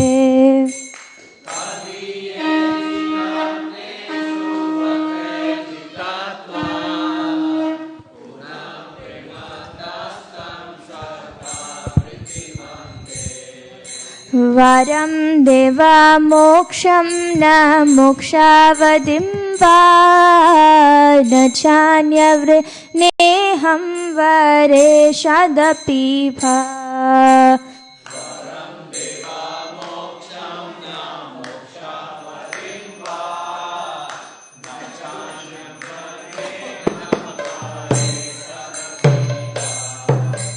वरं देवा मोक्षं न मोक्षावधिं वा न चान्यवृनेहं वरेषदपिहा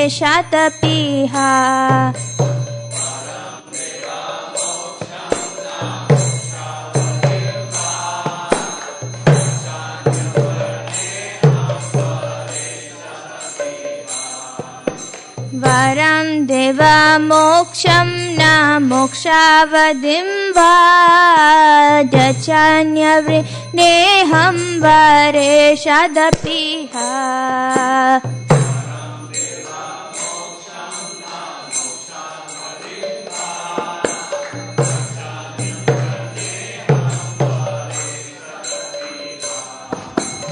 इदं ते वा पुरुनाथ गोपालबालं सदा मे मनस्य विरास्तं किमन्ये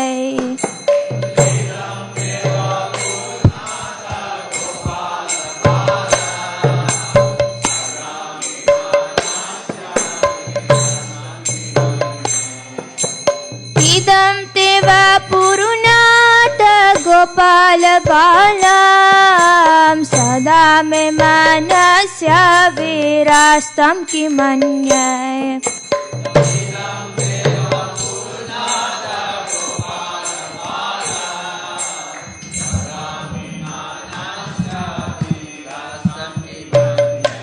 इदं ते मूकाम्बोजम् अत्यन्तनीलवृतं कुण्डलैः स्निग्धरक्तश्च गोपा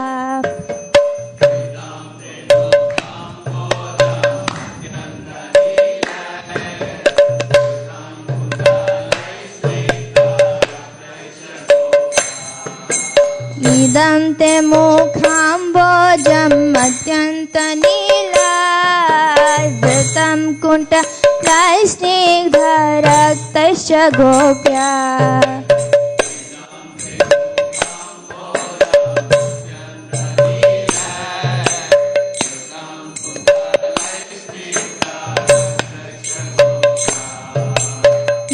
मुहुश्चुम्बितं बिम्बरतदरं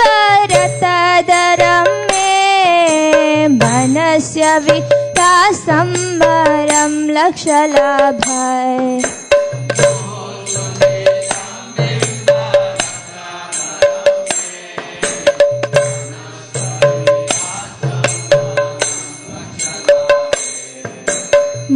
मुहुश्चुम्बितं बिम्बरक्तदरं मे मनस्य विलासं वरं लक्षलाभये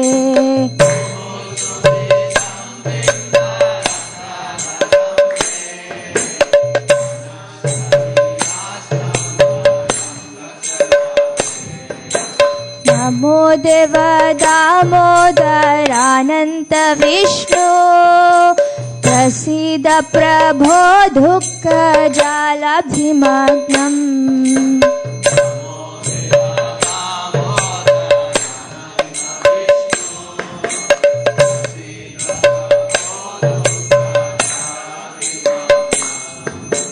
नमो देव दामोदरानन्त विष्णु प्रसीद प्रभो दुःखजालाब्धिमग्नम्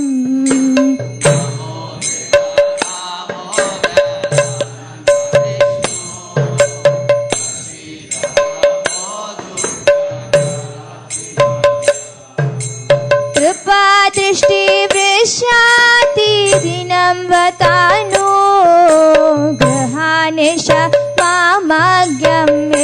दक्षिदृश्या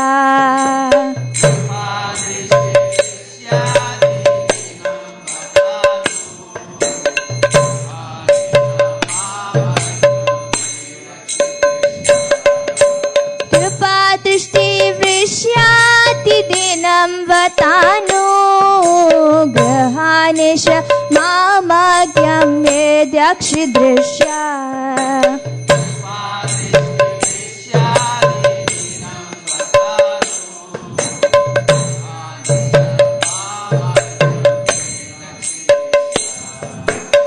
कुबेरात्मा जाऊ बागदा मोठ्याय वयत्वा त्वया मुची ताऊ भक्ती बाजाऊ कृतौचा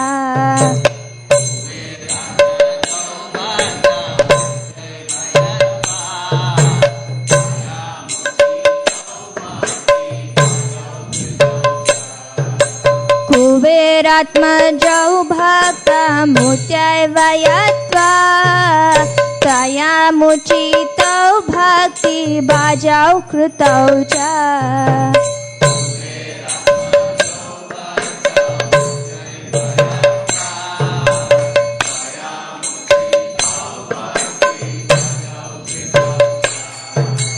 तथा प्रेम भक्तिं स्वकामे प्रयक्षा न मोक्षे ग्रहो मे दामोदरे हा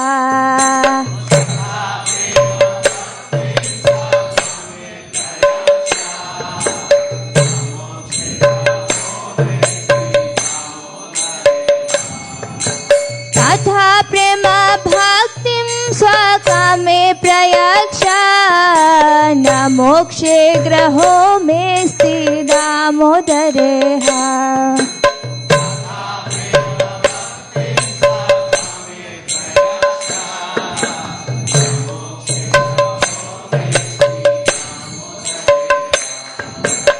नमस्ते स्तुदाम्ने स्फुरादिप्तिदाम्ने त्वदीयोदरायात विश्वस्य दाम्ने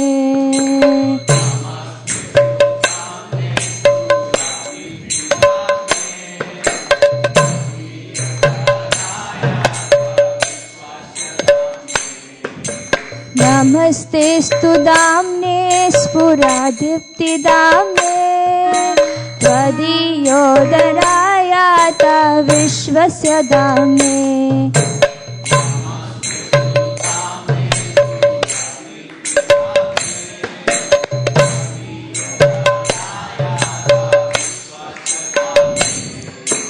नमो राधिकायाय तदीयप्रियाय नमो अनन्तलीलाय देवाय तोभ्यम्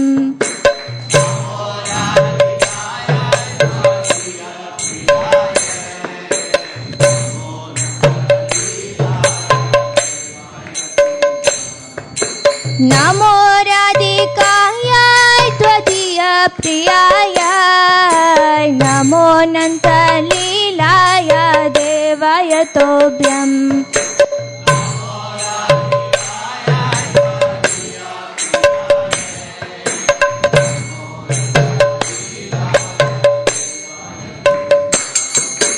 नमो राधिकायाय त्वदीयप्रियाय नमो अनन्तलीलाय देवाय तोभ्यम् प्रियाय नमो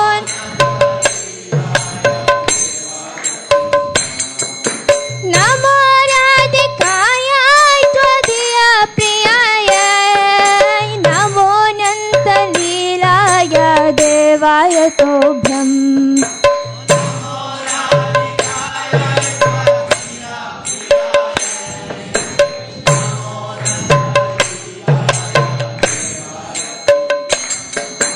नमो राधिकायाय त्वदीयप्रियाय नमो अनन्तलीलाय देवाय तोभ्यम्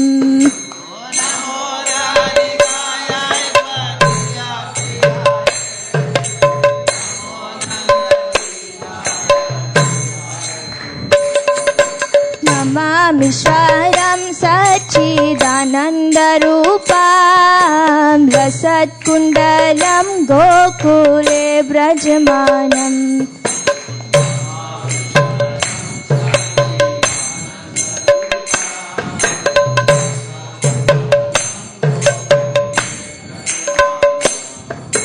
नमामि स्वयं सच्चिदानन्दरूपं लसत्कुण्डलं गोकुले व्रजमानम्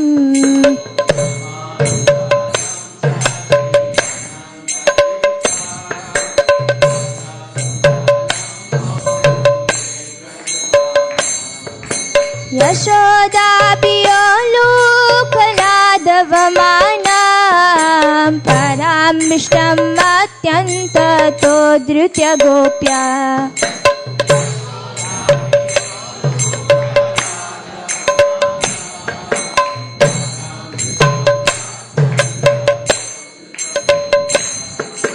हरे कृष्णा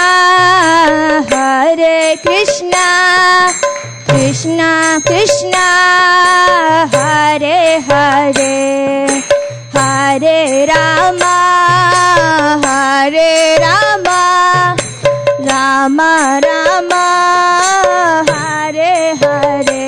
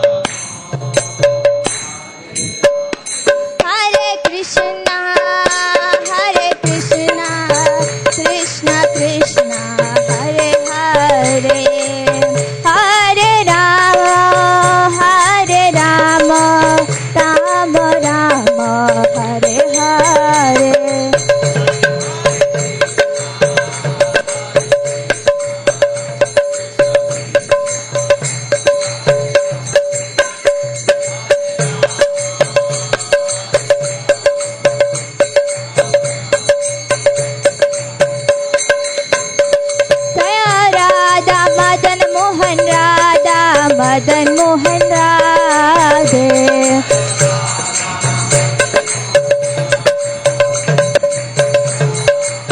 जय महाप्रभु जय महाप्रभु जय महाप्रभु जय महाप्रभु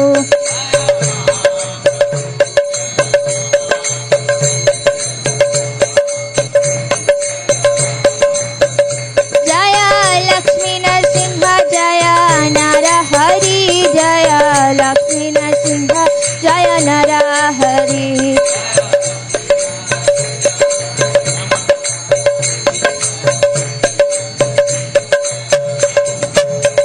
जय जय प्रभुपाद प्रभुपाद प्रभुपाद जय जय प्रभुपाद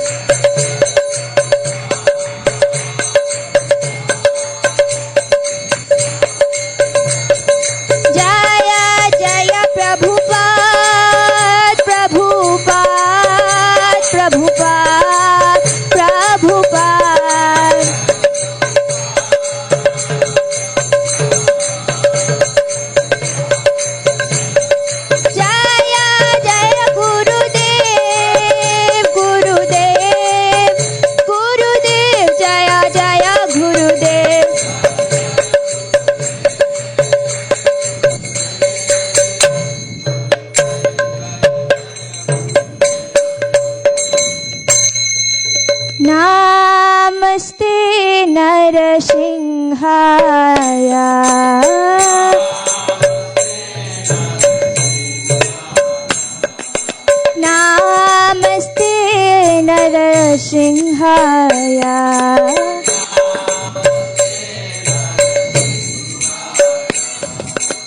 तलाधला ददाहिने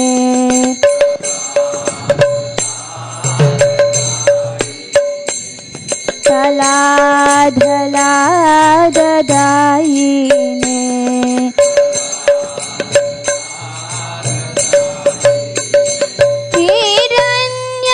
हिरण्याकाशी पूर्वक्षः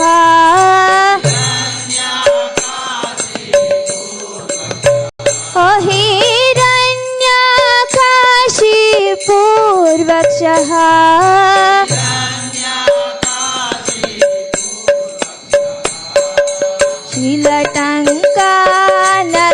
शीलटङ्कानकालाये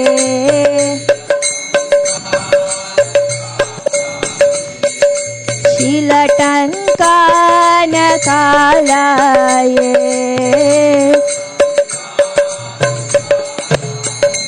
ईतो नृसिंहा परतो नृसिंहा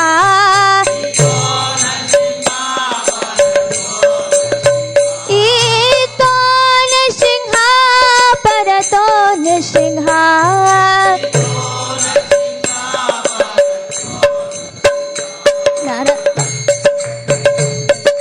यतो यतो यामि ततो नृसिंहा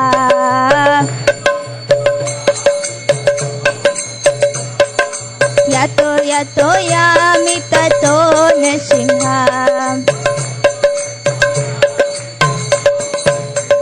पाहि नृसिंहा हृदये नृसिंहा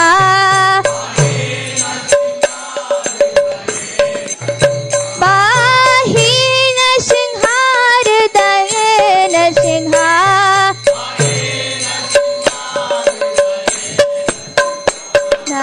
नरसिंहमतिं शरणं प्रपद्ये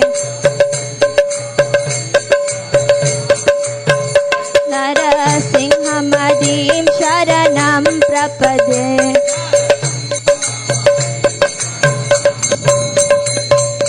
तव करकमलवरेण अद्भुतशृङ्गार दलिता हिरण्यकशिपु तानुभृङ्गा केशवदिता नरहरिरूपा जय जगदीश हरे जय जगदीश हरे स्वामी जय जगदीश हरे तव कर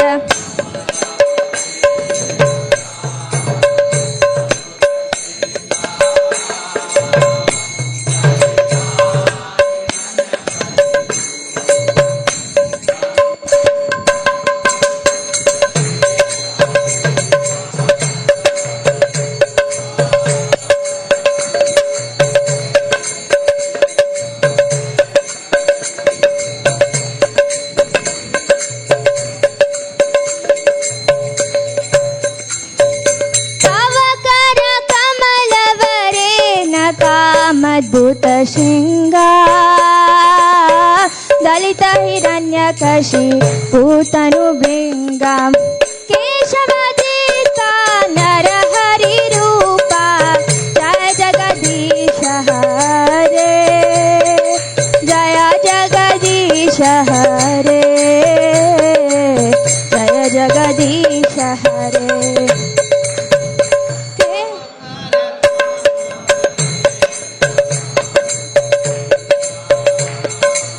Dalita Hiranyakashipu तानु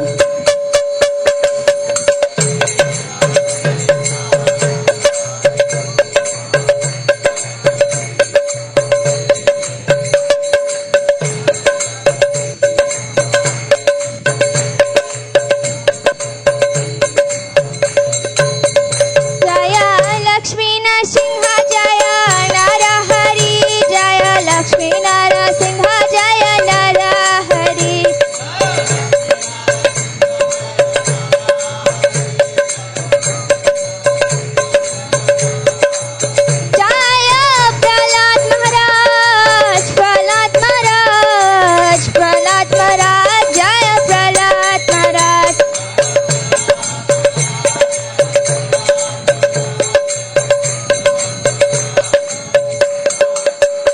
Jaya Jaya Prabhupada, Prabhupada, Prabhupada, Jaya Jaya Prabhupada.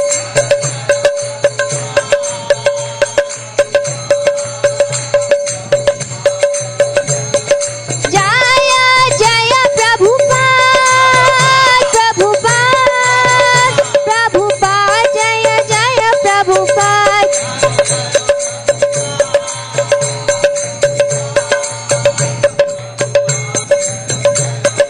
Jaya Jaya Gurudev, Gurudev, Gurudev, Jaya Jaya Gurudev.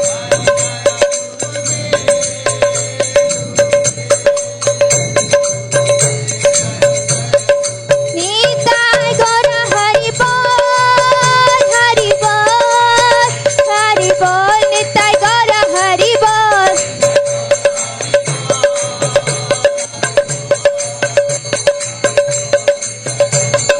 Nitai Gaura Hari Bol, Hari Bol, Hari Bol, Nitai Gaura Hari Bol.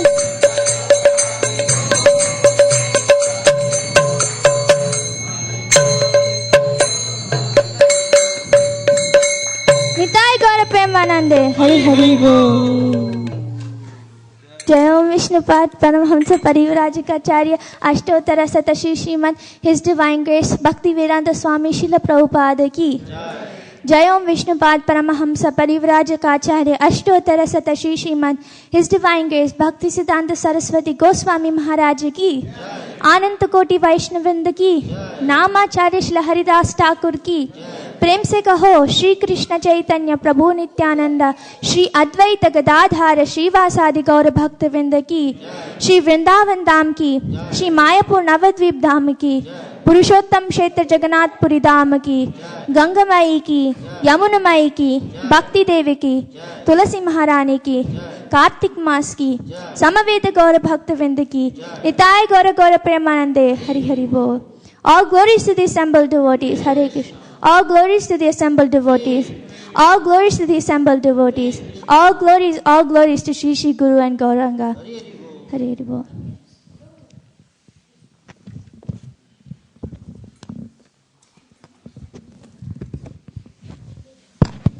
Hare Krishna. We welcome you all to this Wednesday night Bhagavad Gita class. Thank you for coming, and we would like to thank Her Grace Gandharvika Mataji for giving tonight's Bhagavad Gita class. And also we will thank Priya Keshori Devi Dasi for leading today's Kirtan. Hari Bol. So as all of you know, we are in the middle of Kartik month, and on this Saturday and Sunday we will have the first Diwali festival for ISV. So on Saturday we will have the Diwali festival, which will start at 3 p.m. in the afternoon and go on till 9 p.m. And on Sunday we will have the Govardhan Puja festival, which will start at 7 a.m. in the morning and go on till 1 p.m. So there will be a lot of kirtans. On Saturday at least there will be full day kirtan, and there will also be Lakshmi Narsingadev Puja. As many people do Lakshmi Puja on Diwali, and we have the Lakshmi Narsingadev deity, and Narsingadev is that form of the Lord, personality of God, who basically removes all the obstacles on the path of our devotional service. So we have an opportunity here to do the puja for Lakshmi Narsingadev. So if you want more details, you can come on Saturday, and there will be a counter here and you can register for the puja. And on Sunday we will have the Govardhan Puja festival, followed by the evening class as usual at the 4 p.m. in the evening. And we will be serving prasadam outside, and I request everybody to sit on one side of this room so that we can clean the temple hall very easily. Thank you very much. We will have one more announcement before that, and after that we will have prasadam prayer. Hare Krishna. Hare Krishna. Today is Ekadashi. Everybody knows we have a December marathon going on. Marathon means we go distribute Bhagavad Gita's outsides. In 18th chapter, Krishna says in Bhagavad Gita, those who distribute my knowledge or those who receives this knowledge, both will be purified. So are very dear to me. So we have these Bhagavatam sets, and we also have Bhagavad Gita. If you want to take, you can take and distribute to your friends. And Diwali time you do Lakshmi Puja at home. Instead of giving any other gifts, you give Bhagavad Gita as a gift. In Bhagavatam, Krishna tells that Nimna Jnanam Yata Ganga, Devanam Achyuto Yata, Vaishnavanam Yata Shambho, Purananam Vitam Tata. Out of all rivers, Ganges is the foremost. Of all deities, Achyuta is the foremost. Out of all Puranas, Bhagavatam is the foremost. Out of all Vaishnavas, Lord Shiva is the foremost. So if you take any Bhagavad Gitas or Bhagavatams on Ekadashi day, you'll get maybe 100 times benefit, because this is a special month and a special day. You can also sponsor Bhagavad Gitas. Yesterday I got an order from prison in West Virginia. I think our devotees go and do the programs there, and they are making bead bags, they are making bead bags and they are chanting 16 rounds. And behind the bars, people are very inquisitive to learn these things. So you can sponsor for them. And on behalf of your family, we'll place the books there. And we also placing in hospitals and motels as well. So one Bhagavad Gita case cost $108. So if anybody interested, you can meet me now. We can take order today and deliver by this weekend. Thank you. Oh, Haribol. Sudeep Prabhu you want one case? Thank you, Prabhu. Hare Krishna. Anybody interested, you can just raise your hands or you can see me later. Hare Krishna.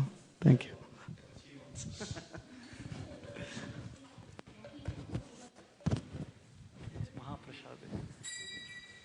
Mahaprasade Govinde Namo Brahmanya Vaishnave Svalpa Punyavatam Rajan Vishwasho Naiva Jayate Sharira Vidyachar Jodendriya Tahekal जीवे पहले विषय सागरे तारामध्य जीवायति लोभो मोह सुदुर्मति ताके जीता कठिन संसारे कृष्णा बड़ो दयामय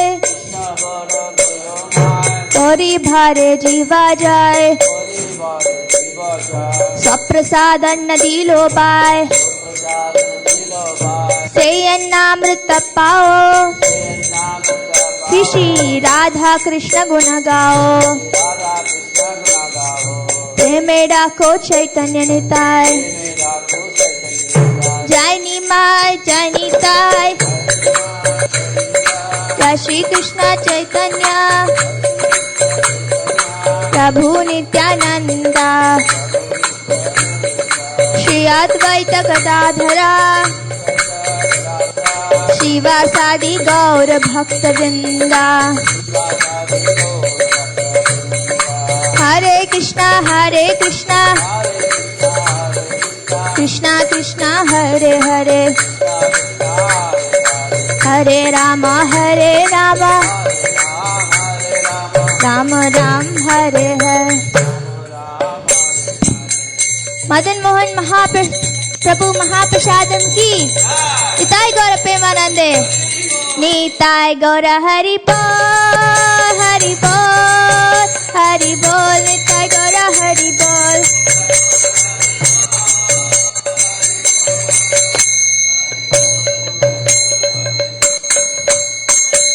Please come take prasadam. Hare Krishna. Prasadam will be served outside. Haribol.